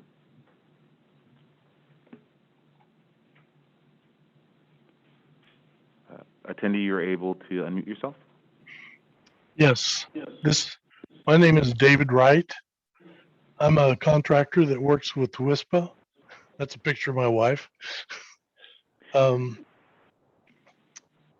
been following your meetings for several years and appreciate all the hard work that you're doing. I have a suggestion in relation to the issues that you discussed regarding the city of San Francisco and the notification and the communication issues that you experienced there.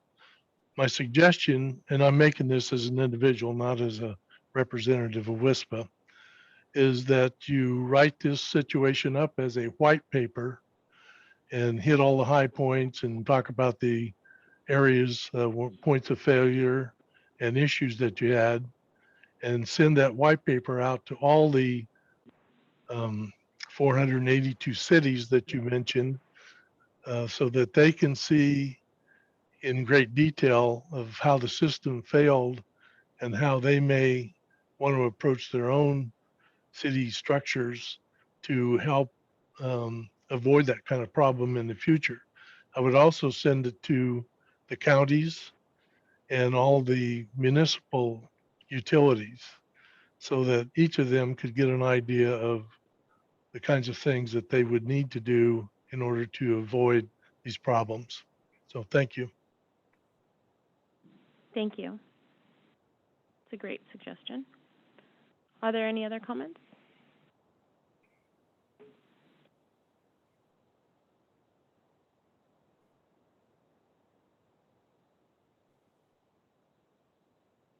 Okay. So with that, let's break until, what is that, 11:20? Let's take a small break. And we'll come back and we'll start on item 18. Welcome back, everybody. We will start with item number 18, which is potholing standard development update. This conference is being recorded. Only the main conference is recorded. So this next item on the potholing standard development update is for information only. It's on the planning and design workshop and different ticket types. So we'll turn it over to Mr. Marino to proceed with his presentation. Thank you, Madam Chair. We'll go ahead and start the slides. So I'll give you just an overview of this item. Going to talk about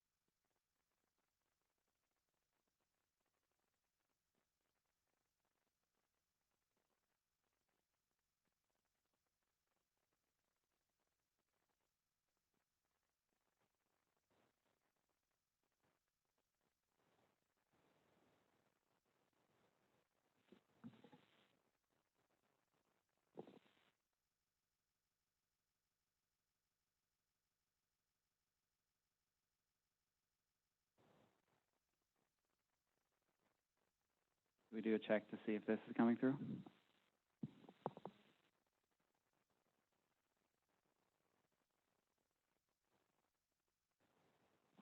All right. So, again, this is an overview of standards, and where we're going. This is not going to be a discussion of the individual standards. We will be doing that in workshops starting in August and September time period. So Government Code 4216.18 is what requires the board to do standards. Requires three in specific types of standards. One is evidence to demonstrate compliance with existing law. One is what constitutes reasonable care in using hand tools around subsurface installations in the tolerance zone, and what constitutes reasonable care in grading activities on road shoulders and dirt roads, which may include standards for potholing. There are a number of ellipses in that, what's shown up on the screen, and in many cases those are important ellipses, and I'll get to them as we go. So when we're thinking about safety standards, what we're really trying to do is develop standards that allow the different types of operators and excavators to meet a standard of excellence. And that excellence may be different for different industries, but it's excellence nonetheless. And where we're coming from this is that if we want a safe environment, safety is emergent. It emerges from everyone achieving excellence in their respective roles. We might find that standards to be prescriptive, widely applicable, and necessary, and thus consider those for regulation. The standards as written are not written as regulation. They're not written in regulatory language, but you and the public might find that some of them are prescriptive, easily, so clear. When I say prescriptive, clear, widely applicable, and necessary. So that's something that can be discussed as we go forward in this process. Next slide. I'll give you just the structure of the standards. These are not dissimilar from the Common Ground Alliance best practices, where we have a title, we have the language of the standard, which is very specific on who does what, discussion to give context so that people can figure out how it might apply in their own situations. We have references that are either documentation that supports the need of the standard or other related standards, including investigations that the board has conducted, and also related requirements. We're not going to restate existing law in the standards, but we're referencing related existing law where it's applicable.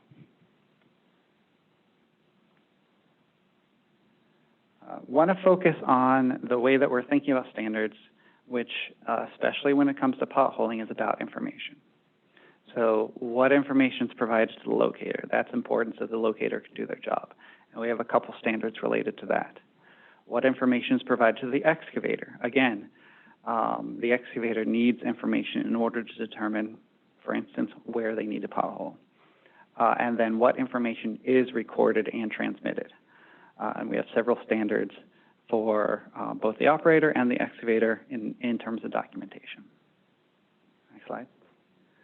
So the first of three examples that we were looking at when we were trying to develop these standards was the San Francisco incident in 2019, where a mini excavator struck the intersection of a 2- and 4-inch natural gas line. It was done by somebody who was installing a fiber line that was parallel to the work. Next slide.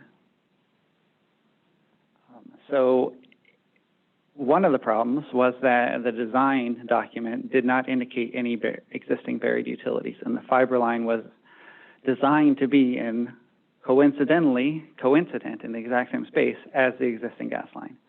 We don't have a standard on this, but we expect to have one when we develop design standards. Next slide. Again, facilities were not potholed prior to installation of the line, and so the subcontractor made design decisions about whether you go above or below the line, what the clearances should be. They did that on the fly. These decisions that really probably should have been made by a licensed engineer.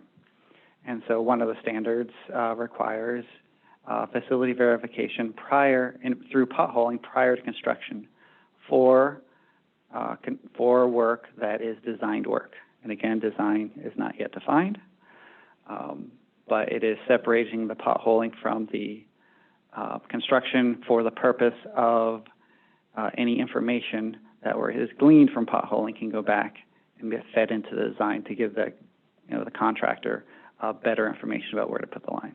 Next slide. Where the lines were potholed. So in this case, the lines were not potholed in the locations that would have led the contractors to know where their big problems were. And in this case, it was not potholed at the intersection. And at the intersection, there was a protrusion from a weld that raised up 6.5 inches, and that's where the bucket struck. And so there's a standard that suggests that for the locations to pothole, there's facility crossings where one is going above or below another, and another is intersections. Next slide. And again, in this case, we had the operator of the equipment and the spotter. When asked, they did not seem to have a common understanding of how deep they were going. And both of their understandings were incorrect as to where they were. So we're proposing that potholing activities, not construction, but potholing, you are recording how deep things are when you're doing the potholing, and that would presumably require measurement. Next slide. So when we look at Paso Robles, we saw, again, this was an excavator bucket striking a city water line during a county water line installation project. The line wasn't marked, maps were given, but the project inspector thought that there was a water line there, but they didn't have documentation to demonstrate that. There was a brief work stoppage to figure things out, but without resolution, the work continued. Next slide. So the water company provided maps in lieu of marks because of traffic considerations. The map had issues unto itself. So one of the standards is that traffic control information is provided on the ticket. So one of the problems that locators have is that they have similar traffic control concerns as exist for excavations. And so if there is already traffic control set up, that information would be good to give to the locator via the ticket. Next slide. The water line was not potholed, but there was a walkthrough 2 weeks before. Each had a different, the city and the project foreman had a different understanding about whether the line would be marked. And again, this we're proposing for the a standard that, similar to San Francisco, that potholing is performed prior to excavation. In this case, the excavator did have a potholing crew. They did pothole prior, but not in this area, due to it not being marked. Next slide. And during the discussion of the presence of a water line, there was no real conclusion before work started. No one contacted the city to determine if there was a water line in the area. And so this is a standard, basically says that the information for the ticket, the EPRs, the contact information, and some pothole logs, things like that, are kept on site. We had a discussion earlier about, who has the ticket, and information should be provided, whoever gets the ticket, to the excavator, so that the excavator can't say, well, I thought they got the ticket. Because as we know, that's not a good answer, because it doesn't matter if there is a ticket if you don't know what's on it. Next slide. Walnut Creek, So the third example, in digging a trench to install a large diameter water line, an excavator struck a 10-inch gas line, killing 5 and injuring another 4. The line had been marked as straight, but it had had a jog in it, and this had been to go around an oak tree, which no longer existed in the area. Next slide. So the petroleum company's line rider did not consult the maps when doing the locating. And so we have a standard that says all the relevant information that the operator has about the location of the line is provided to the locator. Next slide. The line wasn't marked in after the project was turned over. So there was a contractor, the contractor was fired, and a new contractor came in, and there was no locate and mark that happened after that transition. Rather, both the pipeline company and the contractor relied on stakes that were put in at the potholing locations the previous year. Both the excavator and the operator relied on the stakes, and neither consulted the design documents. So again, this is the standard of information being kept on site. And you'll see that it does include also design documentation.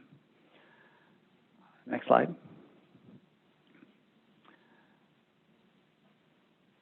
Same issue about the line not being marked again, just relying on stakes. And again, the design plans should be used in determining where to pothole. If you're going to go through the effort of bringing out a giant vac machine, you should have the design documents to know where it is that you're going to pothole. Next slide. Okay, so depth. One of the features of 4216.18 is it talks about depth. Generally speaking, 4216 doesn't talk about depth, except where it says depth is not required to be provided. But depth is a major consideration in thinking about if you have a line that is very deep. We don't want people hand digging all the way down 30 feet or however deep it is, if it's very deep. And so the statute requires you as a board to balance worker safety with protection of subsurface installations. So we have to deal with depth somehow. Next slide. So in 2019, we had asked Carga to come up with a proposal for us, and they did. So they came up with the idea that, well, you soft dig in the tolerance zone, right? This is a marked line. This doesn't apply if its information is provided. It doesn't apply if it's not marked. So you go to the depth of your excavation plus an additional buffer. And if you don't find the facility, you have therefore information that the facility is not in your excavation trench in that tolerance zone. So the strength is that it tells you what to do. It's pretty clear. The weakness that I know members Bianchini and Munoz pointed out at the time was it doesn't account for mismarks. Because if you go down and you don't find the line, it doesn't necessarily mean that it's deeper. It could be mismarked. And given the proportions of damages caused by mismarks, it's not a academic concern. Now, the constraint that I believe Carga is working under was that operators don't provide depth information. And so that's what they could come up with under that constraint. We have proposed not to accept that constraint. And so next slide. We do have some depth information relevant in the standard, which is that first, the presence of deeply buried facilities is provided to locators. If the operator knows that they have something deeply buried is not defined, so that's going to be a topic of discussion for sure, then that information goes to the locator. As we know, if you're going to use electromagnetic locating, you're only going to get to an accurate reading for a certain depth. So that's just natural not even talking about should it be provided to the excavator. That seems just to be assisting with locating. Another standard requires that the utility operator, in particular, this would be on location information, when they're doing the locates, indicates the presence of deeply buried facilities. And then third, and this is kind of the core of the proposal, which is if the operator has identified a facility significantly deeper than the excavation, then the excavators can use ASCE 3222 information, so quality levels, D and C, to make a determination that the facility is deeper. And so in that case, you do require some information from the operator on the depth in order to determine that you're not going to hit it. Next slide. This proposal basically says if it's deeply buried, the operator provides information, and that's how you know that you're not going to hit it. The strengths are that it accounts for mismarks. The weakness is that the information might not exist on how deep something is. And also, this is kind of gets to the challenge with standards overall.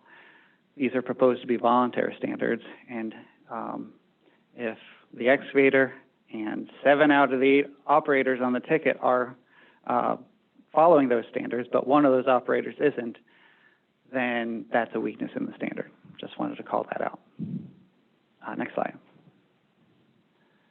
We also have something we're calling continuous potential encounters. So this is if you're installing a facility parallel to another facility, if you're grading or doing some work over facilities. These are places where you can do the work. You can hit a facility in multiple different places, not just a crossing. And there's, it might not be reasonable to fully expose the facility for the entire length you're working. One good example is agriculture. You cannot remove the entire earth around the facility to see how deep it is and then put it back because you're working on, you know, the ground is the medium that you're working to. And so we have proposed for identifying potholing locations in this. Essentially, we're saying that given information that an excavator has, and the excavator is supposed to have as much information as is possible, they have to determine where to pothole and to consider preserving clearance and depth buffers. We did not propose any sort of frequency. Once you start getting into frequency, usually things don't, you know, locators don't like list to the left. You know, there's not like a steady reason why it just gets worse over a length. Usually when somebody hits something, you know, the locate is often good if it's, you know, we're assuming that's marked correctly, but there's other features of the facility that cause a problem. Either they bend around a tree, there's a protrusion in terms of, you know, where a pipe was cut to abandon a line. It's not usually something that can be addressed by potholing every, you know, 150, 25, even less feet. You don't necessarily get those things. So we do not include any frequency suggestions. Next slide. We're also highlighting the importance of surface indicators, which we don't see discussed very often. And we're suggesting that a locator needs to look at the surface indicators to make sure that they found the facility they're looking for. Now, often they're trying to, you know, hook up to a surface indicator, so that's not necessarily we don't imagine this to be divergent from current practice. We're also requiring that excavators, when they're looking at the marked lines, to also look at surface indicators to make sure that everything's marked and to identify anything that does not appear to be marked. And then we're also proposing in photographs to capture the surface indicators so that you can demonstrate exactly where you are and that you have a good understanding of where the facilities are as well. Next slide. Next slide, Amber. Okay. One thing that I think you've kind of seen is that a lot of this potholing discussion can't exist apart from design. And one of the reasons why we wanted to get this out to you is because while the potholing committee has been working on it, we wanted to make sure that the Planning and Design Committee members, Johnson Johnson, were able to take a look at what was being done, so we can start bringing these ideas together. There's a couple, again, when we're talking about potholing being done separate and prior to construction, that is in places where there's design. Otherwise, there's no particular reason. If you don't have an engineering doing the design work to say where a facility is, then you don't need to pothole in advance. And then information kept on site, we're saying that design plans should be kept on site, as well as pothole logs. Next slide. So we have a couple proposed appendices. One is a surface indicator library. We've put in 2 surface indicators, but I think the plan is to open this up for all the different operators to submit images and descriptions of surface indicators so that excavators can know when they see something what to expect out of it. Usually, if you have a surface indicator, there's one or more things sticking out of it underground. And if you have, say, a transformer and you only find one line coming out of it, then there's probably another line somewhere. Next slide, please.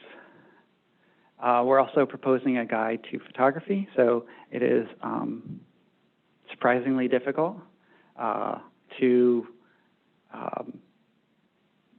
take good pictures without training or without knowing what the features are. This applies, when you're doing the documentation has lots of purposes. One, you might get an investigator coming and asking you for it, but probably more directly, if there's a damage or something else, there's always a third party who's interested in what you did when. And so documenting through photography is important, and we're proposing an appendix to help people do it. Next slide. Okay, so what did we not include in this draft? There's, subdivision B2 of 4216.18 talks about that the location of the facility is determined, but additional subsurface installations may exist immediately below. So this is the question of once you find it, we've heard, oh, you can't just find the top of it.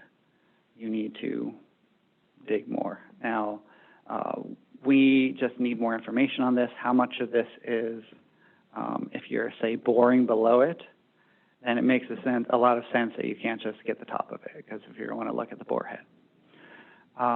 What we don't know is how much of this should be applicable because there's a requirement that the operator provides the number of facilities, and we don't know how much the operator should be, excavator should be required to dig around if the operator has provided the right number. So, and then there's a third piece of this that goes into the question of abandoned lines. How do you know that you found the thing that you think you found? So we're not prepared to provide a standard for this right now, but it is something that the board will have to come to a determination on in the future. And secondly, we are not suggesting any standards regarding shallow facilities and operators providing information on shallow facilities. There's a couple reasons why a facility could be shallow. One of them, maybe it's been in there for a long time. Maybe there's been surface movement. Maybe it was installed wrong. There's a lot of history that causes difficulty in getting the right information about whether or not something is where you think it is. But the other reason is there's a lot more shallow installations occurring right now, specifically micro-trenching. And if you micro-trench a line in 2021, and you know it's 3 inches below the pavement, is there any reason why you're not providing that to the excavator? There, the uncertainty is a lot less. This is not, this is something that's been discussed for a while, but honestly, I put this on here because Carga is looking at it right now. Carga came up with this idea that they don't, again, they haven't had any suggestion that depth be provided in the past, but they're looking, well, maybe for this case it should be. So before we're going to propose anything on this, I think we're interested to see what Carter comes up with. Next slide. So the outline, again, we have definitions. We have an empty design portion to be filled. Hopefully we'll have something for you to look at by the end of the year. We have portions of the standards in locate and mark in pre-excavation and excavation. We have a section for unmarked and abandoned facilities that is currently empty. But again, these are potholing standards, right? But safety is emergent, and it's emergent from all people doing their job, performing their job with excellence. And so it's not just somebody potholing. It's all of these components that can assist in potholing. Next slide. And so next steps are workshops in August and September. We're hoping to come up with the design standards by the end of the year. And then after that, we're thinking about reviewing the missing elements. How much should you expose a line if you found the line to the extent that we can, given that there's abandoned line considerations and shallow facilities as well. So that is the presentation on the standards, and happy to answer any questions. All right, thank you. Let's move into public comments, and then we'll go into the webinar. Does anybody in person have any comments? All right, do we have any hands raised on the webinar? All right, board. Oh, there's a hand. Ion. So nice to be able to see them. Go ahead. Hello, good morning. This is the Avenirs with Pacific Gas and Electric. I just want to thank Tony and his team for reaching out to us. We did dialogue a little bit about this before. And just on the note of depth of cover, I just want to kind of highlight that it is a very dynamic value. It doesn't stay constant over time. And given its age, you know, from installation documents, it's there's some trepidation in terms of communicating it, knowing that it might be an inaccurate value. But you know, then again, that can be mitigated with locating devices that can measure depth and stuff like that. But Tony kind of already talked about that. So I just wanted to kind of highlight the depth cover issue and how you know, volatile it can be. Thank you.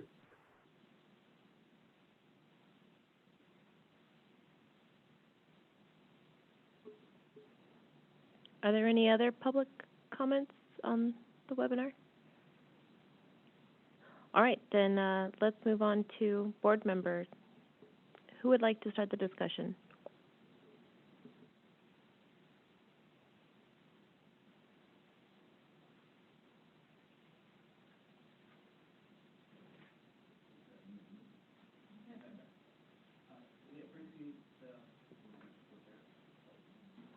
Definitely appreciate what you have prepared. A couple of things just in mind as staff moves forward. I think there's 3 people that really need to know this information, that ultimately have to do it. That would be the foreman on the crew, the excavation operator, and the spotter. And it's just imperative that they get concise information for these things. I think some of those examples you used for some of the problems that have occurred, if they know that, without doing a lot of research and seeking, they will really enhance their ability to know what's around and to identify those pitfalls. The other thing is with design now, getting that information to the drawings, that ASCE standard is for the engineer to put a risk level at every different line out there. So he's going to tell you it's a, or she, it's B or D or whatever. But training our designers to put those notes on the drawing if you know an elevation, put it down. If you know there's a jog out or a potential location, note it on the drawings. So I think improving the drawings that these people have in the field is going to be a big improvement. And then one more would be the traffic. If there are sites where, in that example in Paso Robles, would be, it's hard for locators to get out in the field and start locating in high traffic areas. Some of these locations, if it is a congested traffic area, that a traffic plan is prepared for even the locating up front. So you might extend the dates for notification and tickets, but to have a traffic shut down, or at least a plan so that locators can get out there and do the work in a safe manner, and enhance. And these are generally big projects, but to be considered. So otherwise, I really kind of appreciate where you're heading, and those are just suggestions. Member Charlene. So we did have traffic, I think, that came up. I'm not sure where it's going to get placed, but you're absolutely right that when you get to, let me back up. Back when I was locating, so back 30 years ago, we dodged in and out of traffic. I mean, that's how we did kind of that stuff, and we've had injuries over the years where that is not accepted anymore. There's at least most locating companies that I know and the locators that are out there, you do not go out in traffic unless you have a backup, you have traffic control, you have a spotter with a stop or slow sign. And we're now at the point now where with our company, we have arrow boards that are coming out, because it used to be a kind of a give and take with the excavators helping us. And we'd say, hey, our vaults are out in the street. Well, when are you going to set up for construction? And they say, on this day, hey, we're going to come in and start doing locating. And it's kind of switched to, hey, that's your problem. You guys do the locating. I want to start digging as soon as I get there, so you need to have this all done. Well, it's when you can't just bring out a traffic control board or a trailer and just go for it. I mean, you have to actually put some thought into this. You need some training on this, and it takes time to actually develop a safe traffic control and all the cones and all the equipment and the people to set this up. So you're absolutely right that some of these things will get into evaluating a safe work area, and traffic control is a big part to keep our people safe and the public safe, that we're not, affecting them by putting it up at the wrong time, during traffic hours in the morning of trying to get to work, or in the evenings. So there's a lot of things that you have to consider along with cities and ordinances and all that they don't want you to do it also. So I just want to agree with you that that's a real issue. Member Bianchini, in most cities, you have to have an approved traffic control plan before you can go out there and locate and or dig and so forth on how it's going to go. So it just doesn't happen. But one of the most important things that I think that needs to be on the list is a job site hazard walk. And in Paso Robles, Tony mentioned it is looking for the transformers, there was a detector check, an 8-inch, sitting right on the side of the road with a repaved trench that went out to the main. And had they walked, they would have known they're going to hit that 8-inch main to the detector check. I mean, it was visible. It was there. They just were looking for marks and didn't main. And it's the responsibility of the contractor to also look for potentially what was missed. And that's, from a locating standpoint, that's easily marked too. There was a trench pave. There was a patch pave right there that was on it, and it was in the pre-construction photos. And I mean, I've seen them all, and it was just horrifically wrong that didn't get caught. Member Johnson, are we looking at the size or the diameter of the pothole as part of the requirements? I would class that in the part that we have that is not in the standard yet.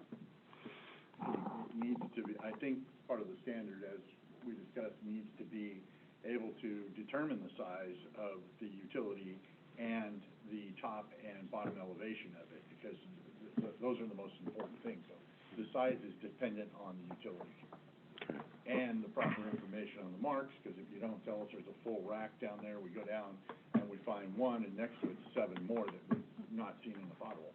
Yeah. Well, I think we're going to learn this in our workshops, because even if you put 8 ducts, right, and it's an encasement of concrete. I mean, it's not gonna tell you there's 8, like, and again, that's where you come into, and I think it is, if you're gonna go above it, okay, you know, that's a lot safer, but if you're gonna try to dig under it, bore under it, there are multiple ducts that are separated, and you know, what is a safe requirement? So there's gonna be some discussion on size, what Marcia just brought up, and depth that's reasonable. Again, you know, there's a free service, people come out and putting marks, and there's gotta be some effort, you know, on the side of the excavator to say, hey, what is reasonable to do? And obviously not reasonable to go looking for facilities that are 20 feet deep is unreasonable. But, you know, hey, I'm gonna just bore right under this thing, that's probably not the safest thing to do without knowing the depth of the facility. And in addition to that, this board's been told by the bigger utility companies that when they have spares that are put in their duct banks, they're not telling you those are there. So you're being told that there's a primary and a secondary. The problem is that's down below, and the first one you find, you're thinking is it, and they didn't tell you, I have 2 racks of that. So when we're going under that thing and down, you know, we're potentially punching into a 12 or 25 kV line that, hey, I'm sorry, we didn't tell you we had the spares up top. On a deeply buried facility, what's the parameter, what do you define as a deeply buried facility? To be determined. Yeah. I mean, in my head, I think we're talking around the 10 feet range, but that said. I've put in sewers throughout Contra Costa and Alameda County that are 27 and 28 foot deep, with trench shoring and everything else. So there's deep facilities.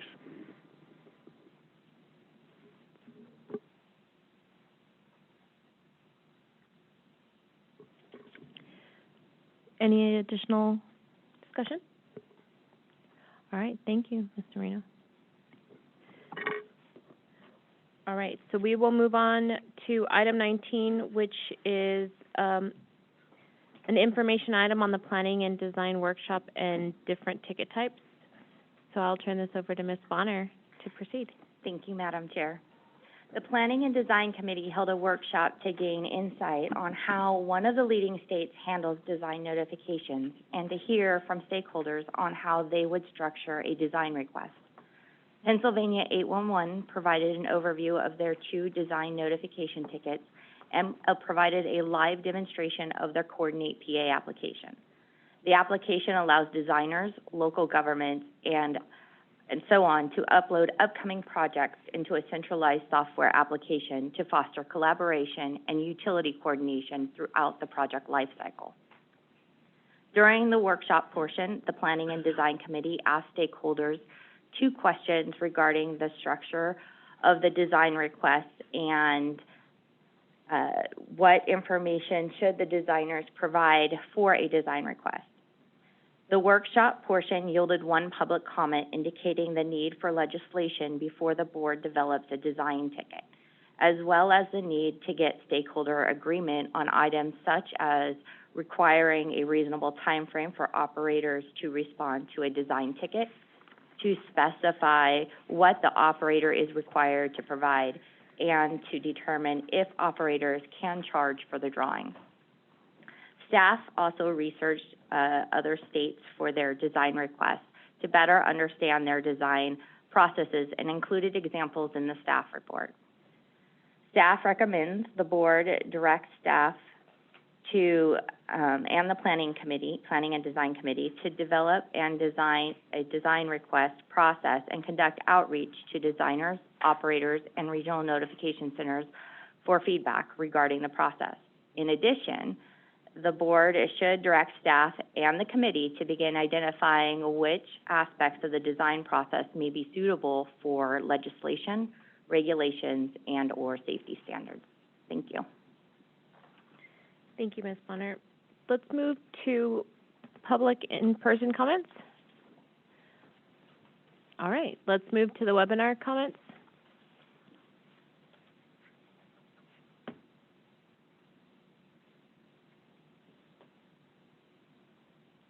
Okay.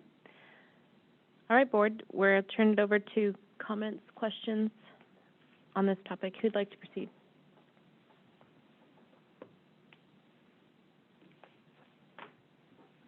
Member Charlotte, I agree that, we really need to take a look at this legislation or standards, well, not standard, but legislation that if we go down this road, because I really liked their program. I don't know if I actually said that out loud. And it was in their law. And it looks like if people did not, provide the information, there was, consequences for that. And I think it comes back to the EPR. Like, we really need to address things that are already in there and how we get them to comply. Because we can keep adding stuff in, and if we can't get the things that are already in there, them complying to that, why we just keep adding stuff in there. So I think it kind of backs up to, we have something in there, and these letters, sounds like we don't really have a lot of hope that that's even going to fix it. We're going to send these things out. But we got to kind of work through that and then say, okay, now there's some, meat to this, that when we put something in, it actually gets done, and then it's going to be a good working system. And this thing, from what they were saying, it really helped with the volume of tickets.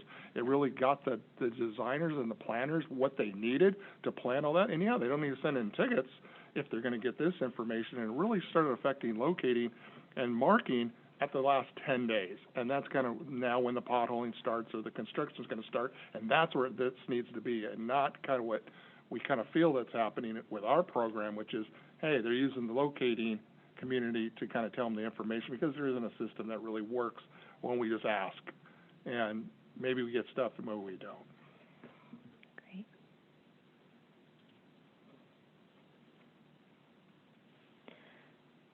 I just have one question. Ms. Bonner, today Mr. Wingate presented a draft of their design ticket. Are you guys working hand in hand in that? Can you tell us a little bit more about your partnership on this? Not yet. We have not been engaged with Wingate, other than the fact that they have provided access to their system and we have done testing, but we will be engaging the regional notification centers for further conversations on a planning and design ticket as we move forward. Okay. Because one of the things you touched on was policy, and if we're kind of going out with a planning ticket, and I don't want you to stop, I'm just saying, there might be some need to harmonize that, because we do have two regions, and then there's going to be some areas where policy will take precedent for some of these areas. And I think that goes into what Member Sherilyn's saying.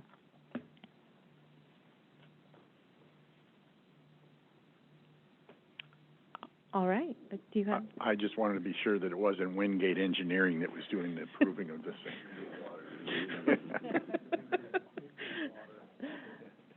All right. Well, thank you, Ms. Bonner. We'll move on to action item number 20, which is the Geographic Information Systems Mapping Committee. So the next item is an action item to create a new committee to determine what new subsurface installations need to be incorporated into utility operator GIS pursuant to Government Code 4216-3C5. We have a presentation from Ms. Bonner. Please proceed. Thank you, Madam Chair. Senate Bill 865 amended Government Code Section 4216.3 to require utility operators to enter location data for newly installed subsurface installations into Geographic Information Systems, also known as GIS.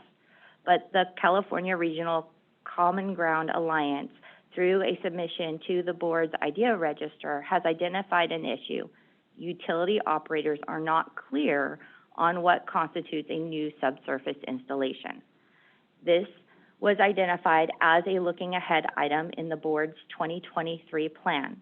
A few months ago, we brought on a retired annuitant, Mignon Marks, and this project was assigned to her.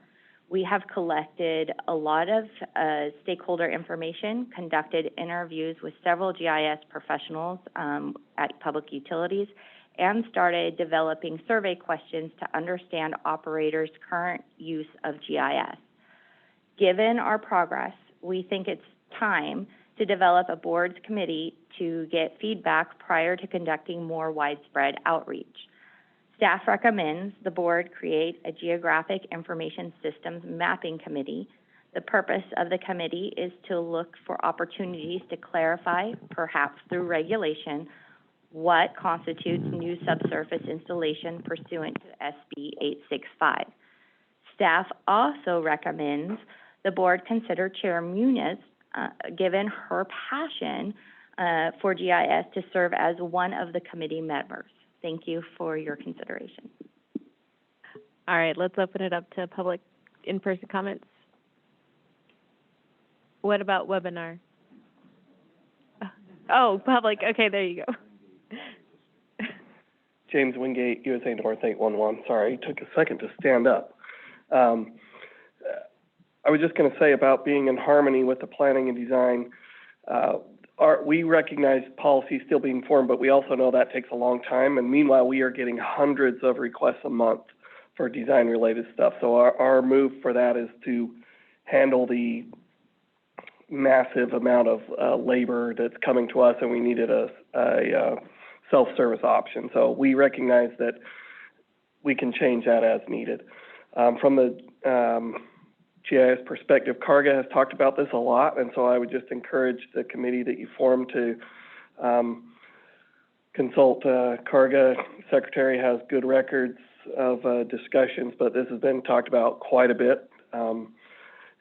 But no, obviously Karga doesn't have authority to make those decisions. We can only get stakeholders to discuss. But I think there's awareness among good stakeholders about the need for this to get defined. So I think you're going to have support when you ask for people to comment on this. Thank you. Thank you, Mr. Wingate. Are there any webinar comments?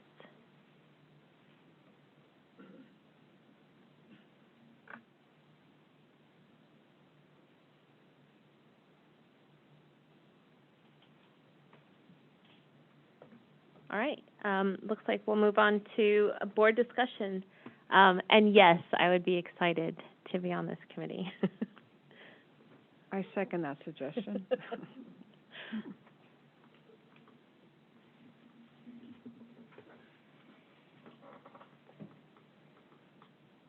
think that's my cue. Member Voss here, I think I'm going to volunteer as the second committee member. All right. All right, so in addition to the discussion, we do need a motion to form the actual committee itself. So I would be willing to entertain a motion. Member Bianchini, I'll make a motion that we form the GIS committee within our board and that we condone and accept yours and Ms. Voss's appointment to the board. And Member Johns, I'll second that. All right, awesome. Congratulations. We have to vote. So, Madam Secretary, will you take the roll call and the vote? Bianchini? Yes. Charland? Yes. Del Toro? Yes. Johns? Yes. Johnson? Yes. Munoz? Yes. Voss? Yes. All right, well, congratulations to us. We have a new committee, and we have 2 members on the committee. All right, so the motion's adopted, so let's move on to item number 21, which is the discussion of the Senate Bill 778. So last meeting, we created the legislative committee, myself, and although Member Del Toro was absent last time, she has graciously agreed to be on this committee, and we're very fortunate for it, as we did have some discussion about this. So the first thing that we need to do is probably review what was said last time, SB 778 in general, and what has occurred since last we spoke. As the legislative committee, Member Del Toro and I, you board members empowered us to research SB 778 and report back to you. And as you recall, there was a timeline that made this a little bit more urgent. In this item, I'll relate correspondence between us and Karga, and then Member Del Toro and I will present some of our early thoughts on this bill. But first, we asked staff to identify where SB 778 is in that legislative process, and as you recall, there was that timeline last time. as we are in the legislative session. So, Mr. Marina, are you prepared to present where we are in the legislative process? Yes. Thank you, Madam Chair. So SB 778 is in large part a reintroduction of a bill from last year, SB 1345, both by Senator Ochoa-Beau. SB 1345 had died in the first House Appropriations Committee on suspense. Appropriation suspense is for high, value, high cost items. At the time, that bill had removed the Caltrans exemption for being a member, which Caltrans cited as potentially tens of millions of dollars, which may have been a reason why it was held in the Appropriations Committee. It was reintroduced as SB 778 on February 17th without the Caltrans exemption. It was heard in 2 policy committees and the Senate Fiscal Committee and passed off the Senate floor on May 25th. It has been amended several times since it was introduced. It is now in the second House Policy Committee. The Assembly Utilities and Energy Committee is going to hear it tomorrow, actually. Should it pass there, it'll go to Assembly Appropriations Committee, then to the Assembly floor, and it must pass with every other bill by September 14th of this year. So I want to call out another relevant date. The last day for the author to amend the bill is September 8th. Our next meeting where we could discuss the bill is September 11th and 12th. So I think that if the board is going to continue to participate, it does need to be through the committee because the board won't meet in time to assist the author with anything. Okay. Thank you, Mr. Marino. So let me just outline the timeline and recap kind of what we heard. On June 15th, CARGA Chair Colette Costner sent us a letter requesting that the board engage in SB 778, and there was a copy of it outside, so if you guys had a chance to read it. On June 19th, Member Del Toro and I replied to Chair Costner asking for the intent behind the bill provision, and we asked for it in a specific way to kind of look at operators, excavators, and homeowners to see how it was affecting the 3 of them. And we did that because often that's how we discuss things on the board. We talk about the impacts, to those 3 stakeholders, and we talk about more, but we try to give it into the bigger perspective so we can engage in a meaningful discussion and kind of cut through a lot of the back and forth that we do and just really get to the core issue on how we all discuss these things. And on July 5th, CARGA was awesome, and Secretary Ann Diamond provided CARGA's intent behind each provision. And that's also in that packet, and it's really laid out very nicely in a spreadsheet format, and it goes through the impact to all the stakeholders. So first of all, I'd like to thank Chair Costner for reaching out to us and asking us for feedback.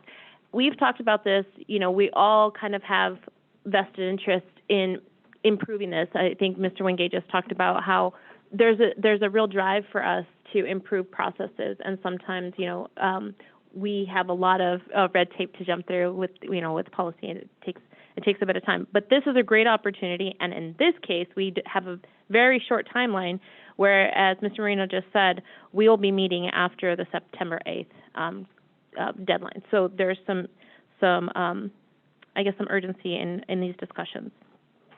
So it was awesome that Ann Diamond had the feedback really quickly, so thank you. And it was very helpful so that we can understand the intent. Sometimes it gets a little tricky because amending is always much harder. It's like a quilt. Taking out the patches or taking out the squares is a lot harder than just making the blanket all the way from the beginning, right? So it's a little bit tricky. There are several provisions that Member Del Toro and I saw that really didn't make too much sense to us, so we wanted some clarity. But with the clarity or with the outline format, there are still some things that we have questions about. The first provision of the bill proposes to change the definition of a legal start date and time. That was a little bit concerning to us. The goal, as we understand, is to allow an excavator to begin excavating prior to the legal excavation start date and time if all the operators have responded back. And as we've already discussed and established in this meeting, we have some challenges with our electronic positive response. And so that's a reasonable proposal, but we do have some work to do. Maybe Carga could double check the language they're proposing. Statute does require that operators mark by the legal excavation start date and time, but legal excavation start date and time doesn't govern when an excavator may begin. That is governed by Section 4216(2)G, that an excavator may begin with all operators have responded. If Carga is looking to clarify that an excavator may begin before the legal excavation start date and time, if all the operators have responded, that is what needs to change. And I could see that there is a huge benefit in that, and this goes back again to all the other things that we've talked about so far. Changing the definition of legal excavation start date and time creates a circular requirement. So 4216(3)(a)(1)(a) requires the operator respond by the legal start date. The proposed definition of legal excavation start date and time would set the legal start to when the operator has responded. This does create a conflict that I don't think Carga intended to create. This is one of a couple of the provisions that didn't seem to do what Carga had intended to do, but although I think we all are in agreement that some of the policies, as Member Charlin eloquently put, are already in place, and if we just enforce them, a lot of these issues perhaps could be streamlined, and we could really see where the true gaps are in the policy. So with this, I'll turn it over to Marjorie, Member Del Toro, to see what her thoughts are and get her opinions. Thank you, Madam Chair. I also found Ms. Diamond's letter illuminating. I see the problems Carga intends to solve, and there are legitimate issues. And I like what Carga and the author are trying to do in many of the provisions. I like that they're trying to clarify that the excavator can begin work before the legal start date and time if all operators mark. I like that they're clarifying that the excavator knows what operators need to respond based on what is written and the ticket. I like that they're trying to streamline vacuum excavation approvals. Ms. Diamond's clarifications are very helpful. I understand that the intention of the return trip ticket is to give the operators more time if the excavator didn't delineate or didn't delineate correctly. That is a legitimate concern. We don't want to jam locators. But the board has also heard excavators express legitimate concerns. We've heard claims that operators provide EPR stating mutual agreement on a later start date when agreement was never made. We've seen investigations where operators provide incorrect electronic positive response. We heard Mr. Wingate's concerns that excavators were losing faith in the 811 system because they didn't trust their tickets would be marked on time. The proposal in SB 778 would allow a locator several extra days if the locator used an EPR code requiring a return trip ticket. If the excavator put in a return trip ticket on Thursday, they'd likely have to wait until Tuesday to begin work. I think that there is a solution to the locator's legitimate concerns can be addressed without delaying the excavation for an additional 5 days. When I look at the other parts of the bill, I see more opportunities for balanced solutions. And that's really all we're looking for, solutions that are fair, build confidence in the 811 system, and improve safety. And I'm confident that Carga and the Senator Ochoa can be, I can't say the last, Ochoa, I'm sorry if I botched this, Bo, can make it happen. I turn it back to Madam Chair. Thank you, Member Del Toro. All right, so after the public comments, I'll ask, there's a couple action items that we need to do, so, and I always get ahead of myself at the public comments, so I'll ask that you, as the board, reconfirm that Member Del Toro and I act in this capacity as the committee, reviewing this legislative SB 778. Then we'll discuss our report, and then I'll ask the board, all of us, to authorize the committee and staff to engage with administration and stakeholders on SB 778. So the action item from this, and it's because of the timeline, and again, like we've talked about, we want to take the actions that benefit all the stakeholders, and sometimes policy takes a long time, except in this case, right? We have a timeline. So if you guys are all good with it, what the action item will be really is to have this legislative committee act on behalf of the board. All right, so with that, I will turn it over to public comments. Okay. And if there's any webinar comments?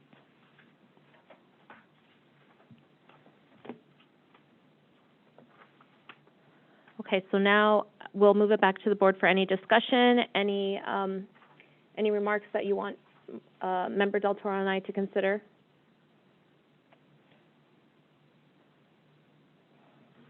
Member Sherlin.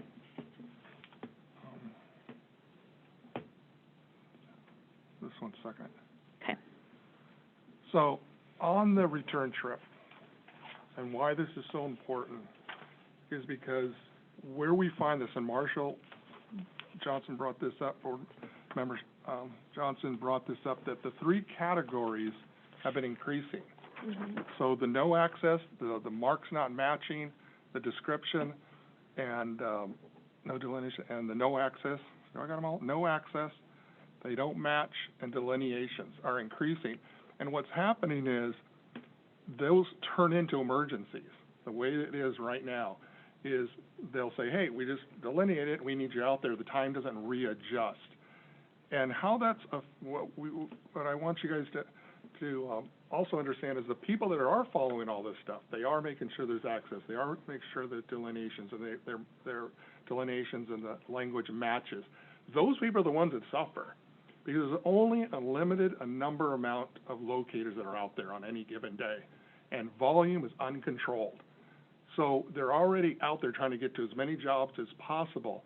And when this happens and they're able to just turn it into emergency, and it's causing you to go to this emergency for not really what's written in the law what emergency is, it's just kind of you're up against this time that's not moving, this start date that's not moving.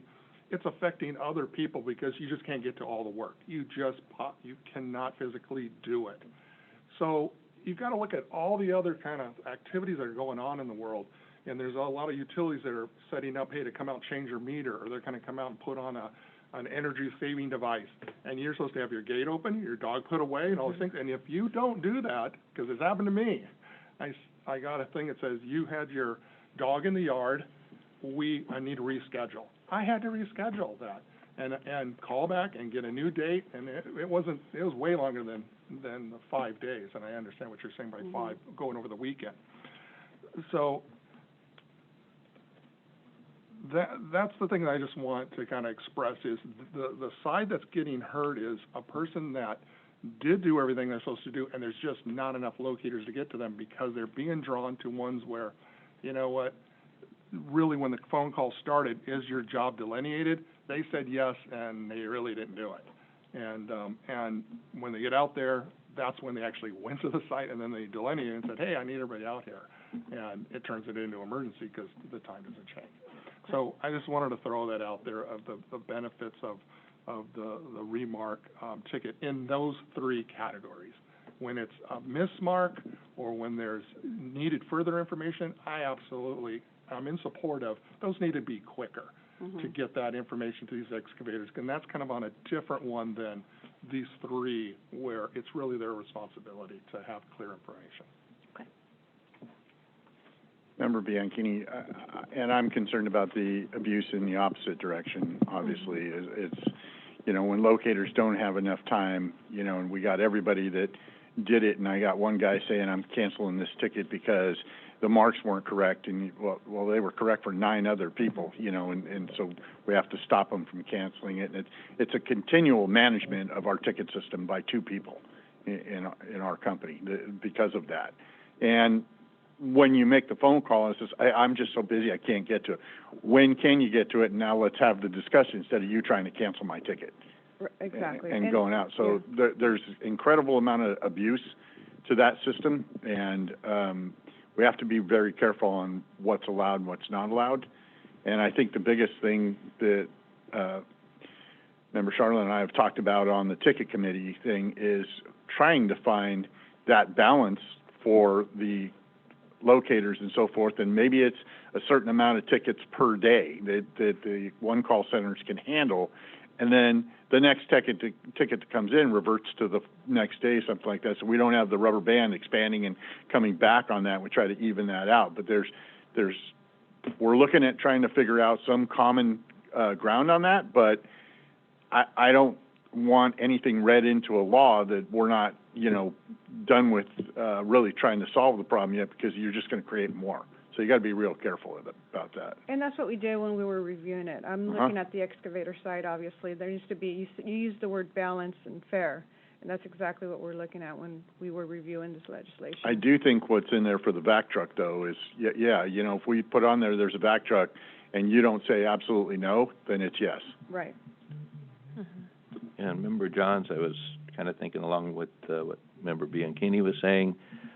It does seem like most of this is kind of geared towards operator and the locators, which is necessary. But I do believe that, there has to be a balance, and with that responsibility, there should be some penalties for the abuses and such. So we need to exercise that those, it could be one guy who stops the project. And as an excavator, you're planning too, so it's a hardship for the excavator if somebody abuses the system. We need to, put some teeth to the rules and thousands of dollars a day for a delay on a project. I don't know how to the details of it, but it does have to. There has to be some compensation for the damages to the other side. So. It's a complicated issue, but I think that's my opinion. Member Johnson, I think there's issues on both sides, because as one locate company or one utility can see no delineation, they'll go ahead and mark it, and then another one will not mark it because they're trying to follow their policy. And so, are you penalizing the company that went on and did it because, everybody else didn't do it? That's a problem. Because if my policy is that if it's not delineated and not delineated properly, don't do the marking. But someone else that has 10,000 tickets and they can figure it out, then that's a whole different story. So, I don't know. And the VAC issue is, if everybody's going to do VAC, and there's 10,000 tickets and they're all going to say they're going to do VAC, and then I'm supposed to go into my system and drop that ticket and say, okay, they're going to do VAC, make a determination at that point, because I probably won't be able to make that determination until I actually get to the site. So. Member Charlotte, Member Johnson's absolutely right. You can't strictly look at, these three companies mark, so they're in the right. Well, if they're overhead, they're clear. That's an easy. They don't really care what the work area is. I don't have anything there. But there is remedy. There is remedy that, let's say it is a locate company that says, I'm just going to use this EPR because it's buying me time, and they are causing downtime. It's in the law that there could be a case made that you are doing this, that supports your case, and you can kind of go down that path. But there are ones where if we don't have access to get to that utility, that might only affect our company. We have to get to that facility to connect to it to get a proper signal for that job. We might be the only one because we have to get into this, which is the address, right? That's the address you called out. That's the address I need, and you were supposed to give us access to it, and you didn't. And again, the one that's suffering on this is those turn in emergencies. They're going to get the tech to go out there because of, the date. Someone on the end of it is going to pay the price. They did everything right, and their ticket's kind of now up against possibly not getting marked. They're getting the phone call to say, hey, can I get more time? Can I get all the stuff? Because, again, Marshall pointed this out. It's not those are going away. They're actually increasing because, we have those issues that are out there that I think we need to address. actually there's no delineation because the one call center service representative asked that question, and it was asked if they acknowledged, yes, they did. And then you go out there and you don't see it, then, you have a decision to make while you're on site. Well, I'll even point out, if the answer is no, it still gets a ticket, and it still goes out, and the answer is no. They didn't delineate. So, it's not like they won't take the ticket. The ticket gets generated, it gets sent out in the field, and as locators, we try to go handle that, because if it is clear, okay, yeah, I'm gonna go ahead and do it. The other thing I wanna point out is the law does, or the ticket does go out there, and energy and time and expenses has been applied, right? This isn't like nobody did their job. We went out there, we went to the site, and we tried to do it. That's the cheapest we're ever gonna do that ticket, is we're already there.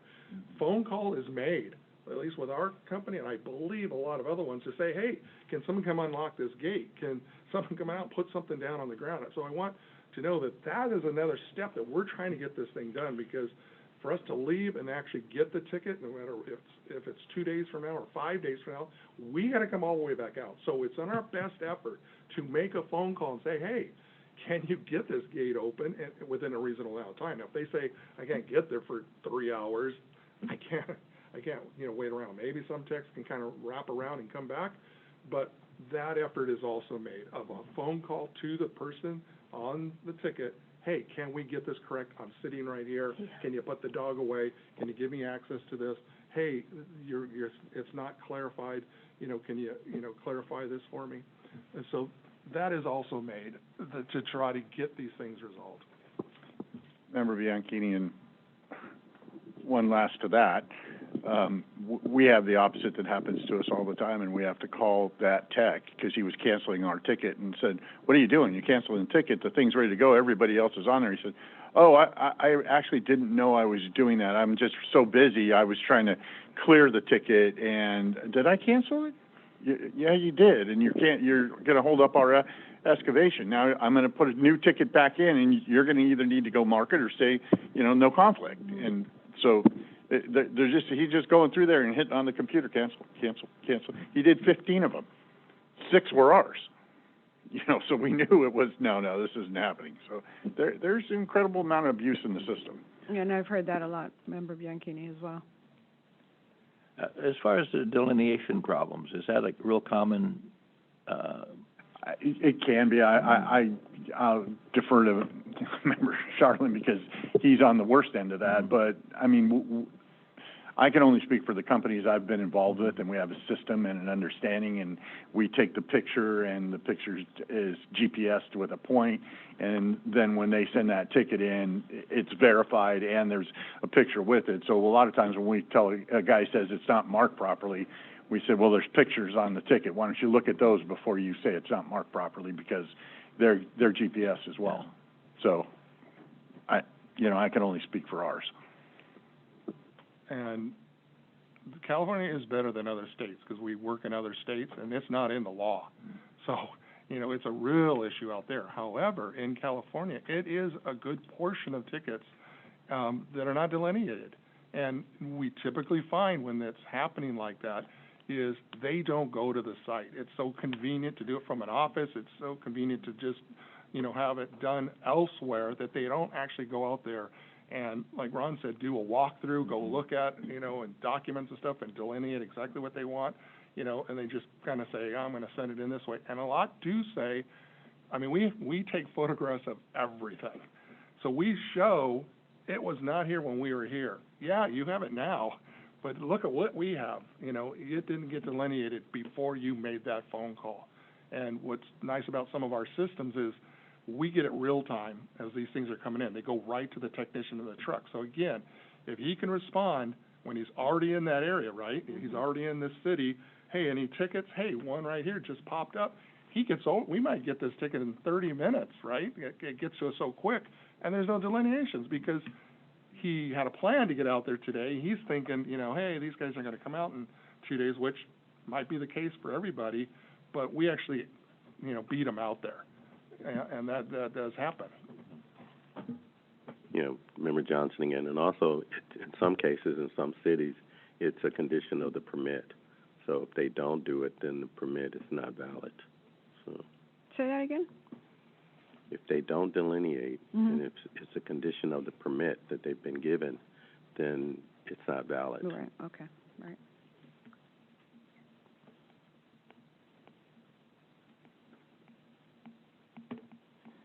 Madam Chair, just one thing to point out. So one of the things that Carga is proposing is on the vacuum excavation is essentially, like right now, the law says that that the excavator may use it if the operator has marked the subsurface installation.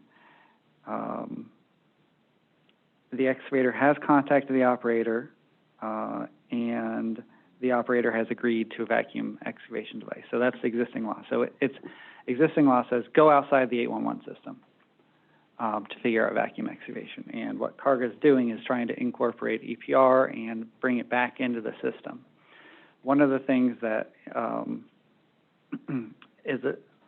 we think is an issue on the access question is that if you look at 4216.2H, if a site requires special access, an excavator shall request an operator to contact the excavator requiring that special access, or yada yada. The excavator shall request an operator contact the excavator.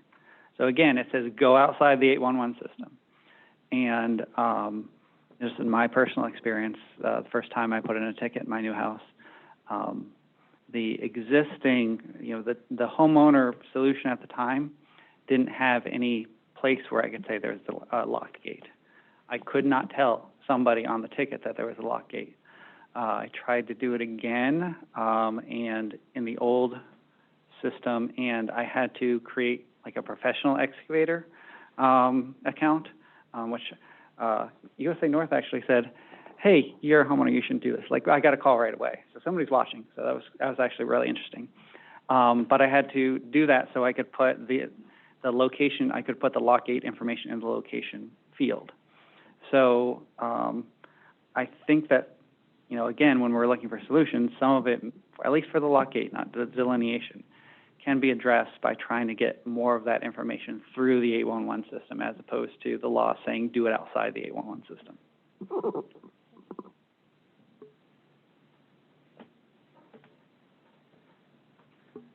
Member Johns, that using vacuum excavation rule, it doesn't seem like if the operator says no, what are the ramifications of that? Seems like there should be some more thought into that, or at least some follow-up as to, it's easy to say no, but there's some responsibility that goes with that. So I don't know how to address it, but it should be discussed and considered. Yeah, Member Johnson. The other issue with the VAC and the acknowledgement is that you don't know how the excavator is using the VAC. There are requirements per utilities based on the subsurface installation itself. And if they don't know that, now you're putting it on the operator to say, hey, okay, you can go ahead. I'm not going to say no, but you need to be aware of what my requirements are. And that's the concern that some utilities have. Because we go out and do 2,500 PSI or something like that, and you don't use the right type nozzles and all this other stuff that go along with it, you can damage the facility. Yeah, but also I think just even say you cannot damage the guy's line, and so, or, recognize the proper equipment and such. Right. But yeah, just a straight no makes it difficult without any recourse. Right.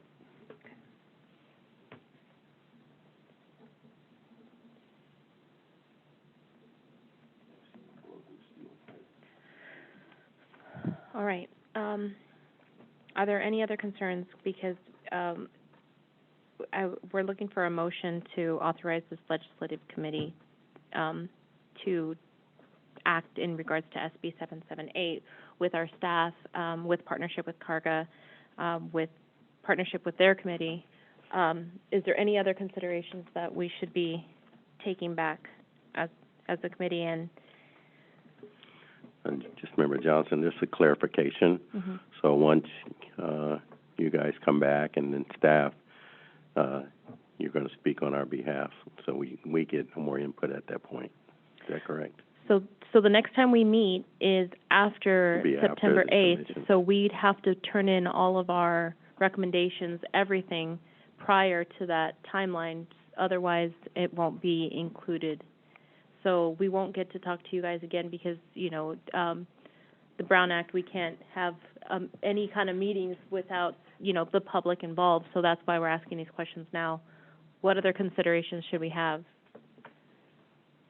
I think staff's been over it with all of us. Okay. You know, and so I'm comfortable, if you're working with staff and you guys are reviewing it, we should all be pretty comfortable with that, so I have no problem making a motion. I'm Member Voss here. If everybody's ready, I'll make that motion. Oh, you go ahead. And Marjorie, you can't second it because you're part of the staff. Oh, shoot. Yeah. Does anybody want to say who's going to second that? No, that's fine, go ahead. Okay, Member Voss here. First motion. I move that the board formalize the formation of the legislative committee consisting of members Del Toro and Munoz. Thank you. Do I have a second? I'll second that. Okay. Madam Secretary, will you do the roll call and take the vote? Can I get Bianchini? clarification of the motion? Are we just voting on just the committee or the update? There'll be a second motion. Okay, thank you. Bianchini, Yes. Charlin, Yes. Del Toro, Yes? Johns, Yes. Johnson, Yes. Munoz? Yes. Voss? Yes. All right, motion is adopted. So now we have the formalization of the committee. Now, the second portion would be for us to take the action item to meet the deadline for the policy development. Member Voss, and this will consist of staff as well, so. Are you ready for the motion? Okay. I move that the board grant the legislative committee and staff permission to, on the board's behalf, engage with the administration and stakeholders to address the board's concerns with Senate Bill 778 of this for the 2023-2024 legislative session. Thank you. Do I have a second? Bianchini, I'll second that. Okay. Madam Secretary, will you take a roll call and the vote? Bianchini, Yes. Charland, Yes. Del Toro, Yes? Johns, Yes. Johnson,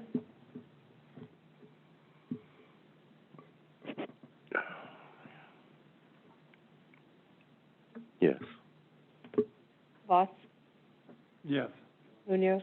Yes.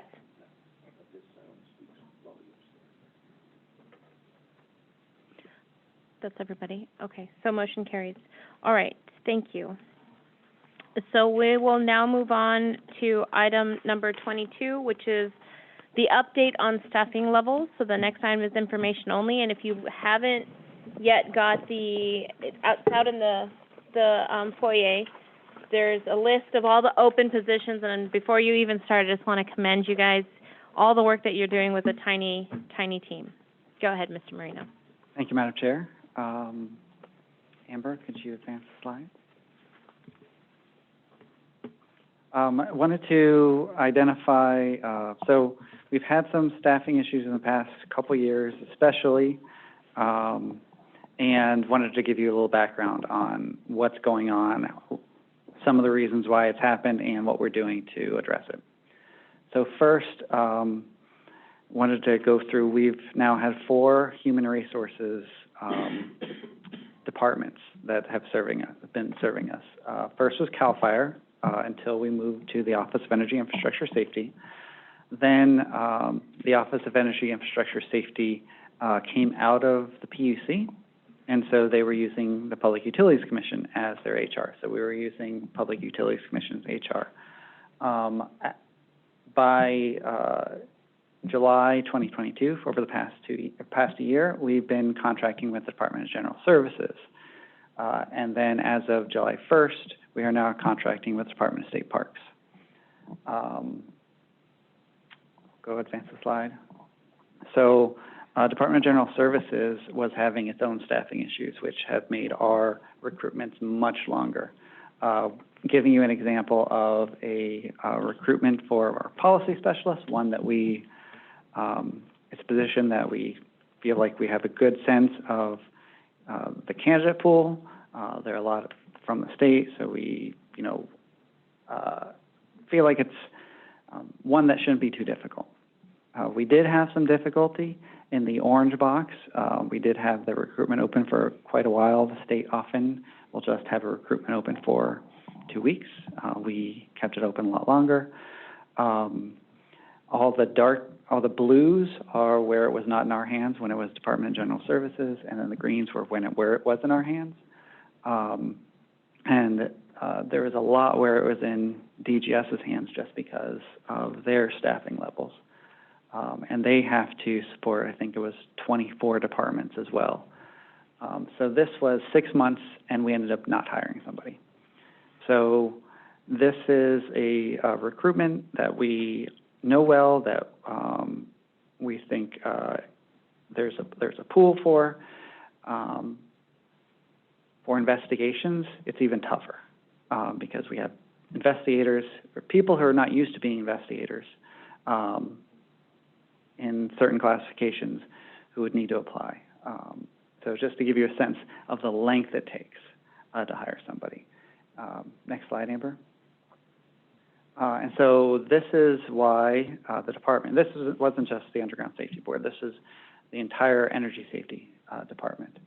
And so that was the catalyst for us moving to Department of State Parks, who is better capable of managing our HR, have the staff to do it.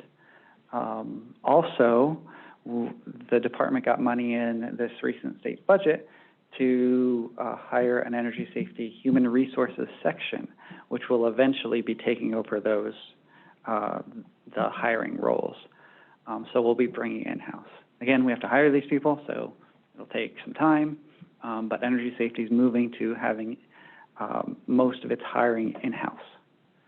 And then we're also testing some different classifications for investigators to see what we can get with different classifications and also different recruitment techniques. So State Parks also has a good recruitment section, and we intend to use that as soon as they're ready for us, so probably in a week or two.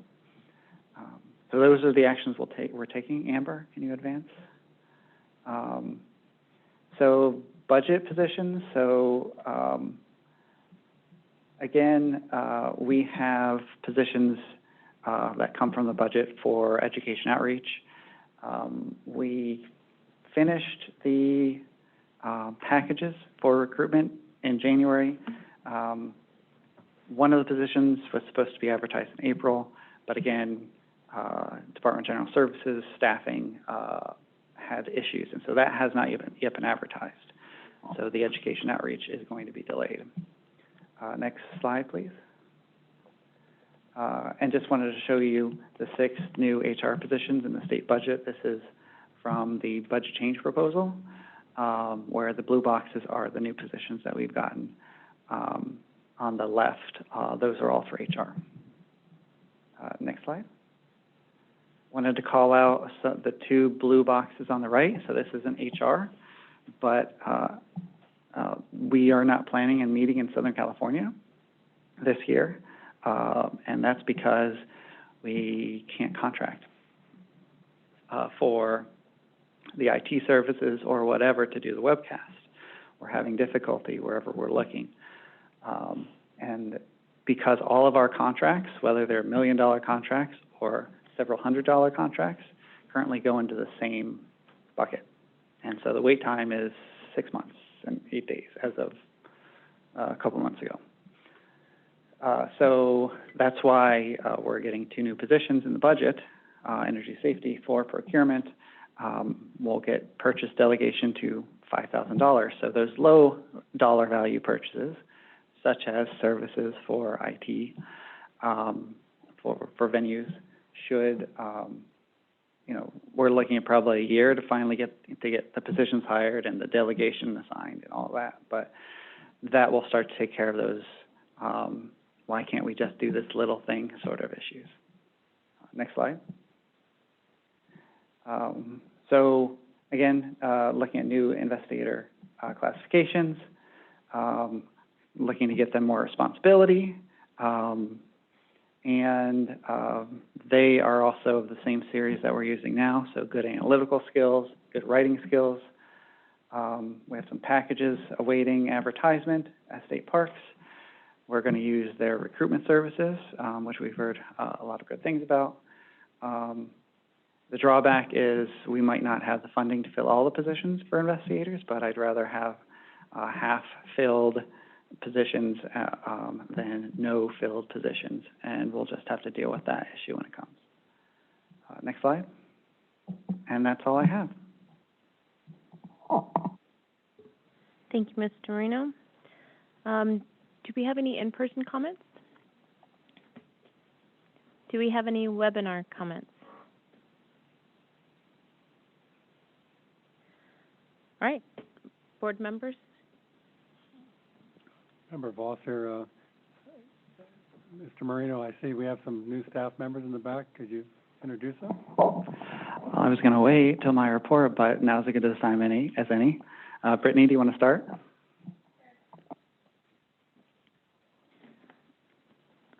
All right, I'd like to introduce Wayne Brenner. He is the new supervisor over our Northern California Investigations Unit. Wayne has he comes from law enforcement, and he has an extensive background in investigations. And in his short tenure with us, which has been about a month, he's made quite the impact. So we are thrilled to have Mr. Brenner on the team. And Anona can do her introductions. Yes. So we have a new policy analyst on our team, Kendra Bang. He has joined us from Department of Rehabilitation, where he did policy work over there before he joined us here. So we're excited to have him as part of the team. We also brought on Mignon Marks, which we mentioned earlier in a previous agenda item. She prior to her retirement, she held various positions with the Energy Commission, and so we're excited to have her on the team as well.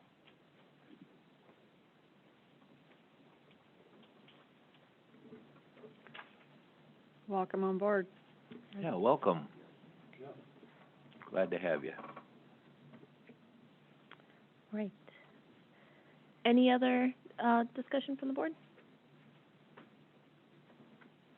I want to echo your sentiments to the staff, as you guys have been doing an incredible job with such a short number of people, and from COVID and everybody else, it's amazing. We really appreciate it. Yes, so welcome all new staff, and welcome to the hardest working crew, I think, in California. So, let's see. So I guess, any other comments? We'll move on to the next one. All right, let's move on to action item number 23, which is the board members' public engagement report. So the next item on the agenda is the board member public engagement reports regarding any relevant experience with the public related to the board or safe excavation practices. Are there any members that want to share one of the many things that they do? Member Voss here. Since we met last time in April, we've been a little bit busy trying to get the ACE ticket off the ground. On Wednesday, May 24th, Tony and Marino and I met with the Kern County Farm Bureau. They hosted an ACE ticket workshop at the Farm Bureau office, and I gave the presentation that staff had put together for me last March, and was joined by, of course, Tony, and then Ben Laverty, who sits on their safety committee with the Farm Bureau there, kind of helped spearhead the workshop. We had roughly 10 major farming operations represented there, and we had one farmer who came in who was ready to create a ticket, brought in his laptop, as well as already delineated the area, and then one of our staff members from Grimway, Jose Reese, with the help of him, walk them through setting up a ticket. And, of course, what was interesting was some of the workarounds and the little things nuances that come with creating a ticket on the USA North new system, but they were able to successfully get it together. I kind of gave the group there a goal of would like to see at least 500 tickets there in Kern County, but unfortunately, here a month or two has gone by, and as you saw with James, we were comparing numbers yesterday. We still haven't gotten the traction that I was hoping to see of ACE tickets out there, so we still have lots of work to go. Here later this week, USA North is holding a safety breakfast there in Kern County, there at Hodell's, which they do pretty much every year, and I'll be attending that. Again, thank you, Tony, for helping us out there at the Farm Bureau Workshop. Member Del Toro here. On April 19th, we hosted, my company hosted a safety and health meeting for the Association of General Contractors, AGC of California, and Mr. Tony Marino was there to speak to the safety and health. We had a really good turnout, so thanks again, Mr. Marino, for attending and being part of that. So, Member Johns, in early June, I attended the California State Fire Marshal's annual meeting with the Hazardous Liquid Pipeline Group in Long Beach, and there's like 300 people there, and they introduced me as a board member, and there were several people asking questions and what we're doing and better understanding our role in the safety world. So it was a good opportunity to share, and they are an audience that definitely interested in what's going on.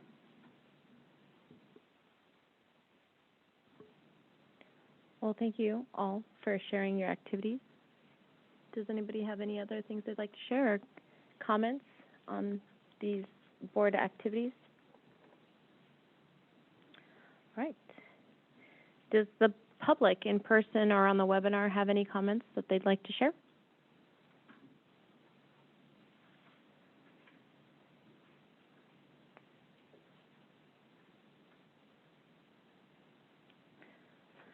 All right, then with that, we'll move on to item 24, which is the Executive Officer's Report.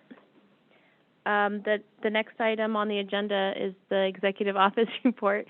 Mr. Marino, will you please proceed? Thank you, Madam Chair. I'll turn it over first to our Assistant Executive Officer for Enforcement/Education Report. Thank you, Mr. Marino.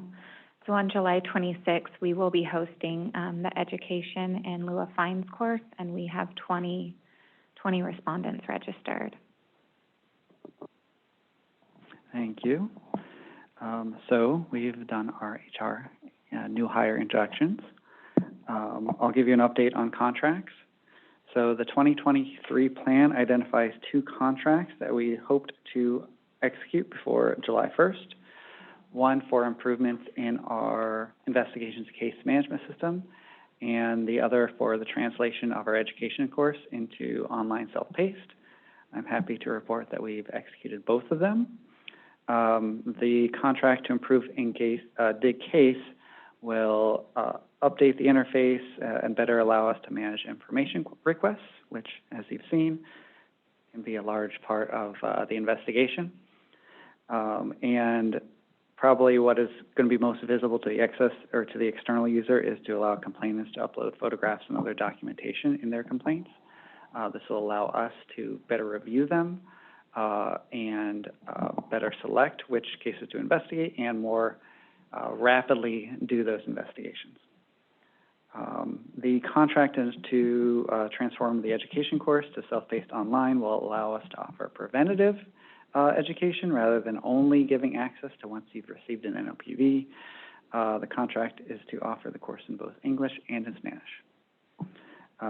And we'll be meeting with the selected contractors over the next couple weeks to start these projects. For the budget, the governor signed the budget bill, Senate Bill 101, on June 27th. As identified in item 22, the legislature approved our request for 4 positions to develop education materials and perform the outreach work. Additionally, the budget provided $100,000 for contract language translation services, specifically for translating our materials into Spanish. Just a couple more of the public engagement items. Amber, can you advance the slide? So just wanted to call to your attention a news article or a story that we found about an abandoned line that was not across the American River, but across a waterway that went from a pond to the American River. This particular news story discusses how, it's used by kayakers and has created a safety issue. I think we're used to seeing or discussing abandoned lines that are abandoned in place in the ground, but where we don't tend to see abandoned lines going across waterways, which create their own different types of hazards. Next slide, please. And I'll also just discuss conversations I've been having with a representative from one of the tribes in Upper Lake County. He reached out to us asking for information on how he could find out when there's ground disturbances. Particularly, their concern is with culturally sensitive sites and people excavating over them or through them. And so we have worked with James Wingate, with USA North, to get them information on how they can be members and start getting excavation notices.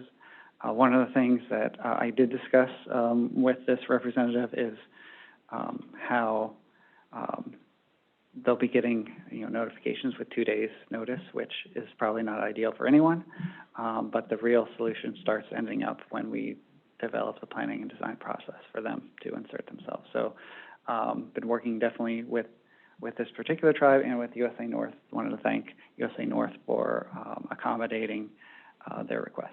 And that's all I have. Happy to answer any questions. Thank you. Do we have any in-person comments? Any webinar comments? All right, board members.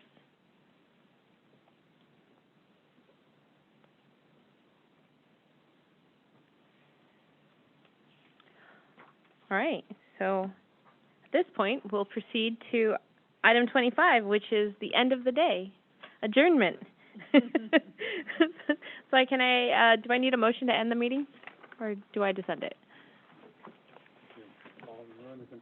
All right, I will end the meeting at, 1:06. Thank you all for coming and attending.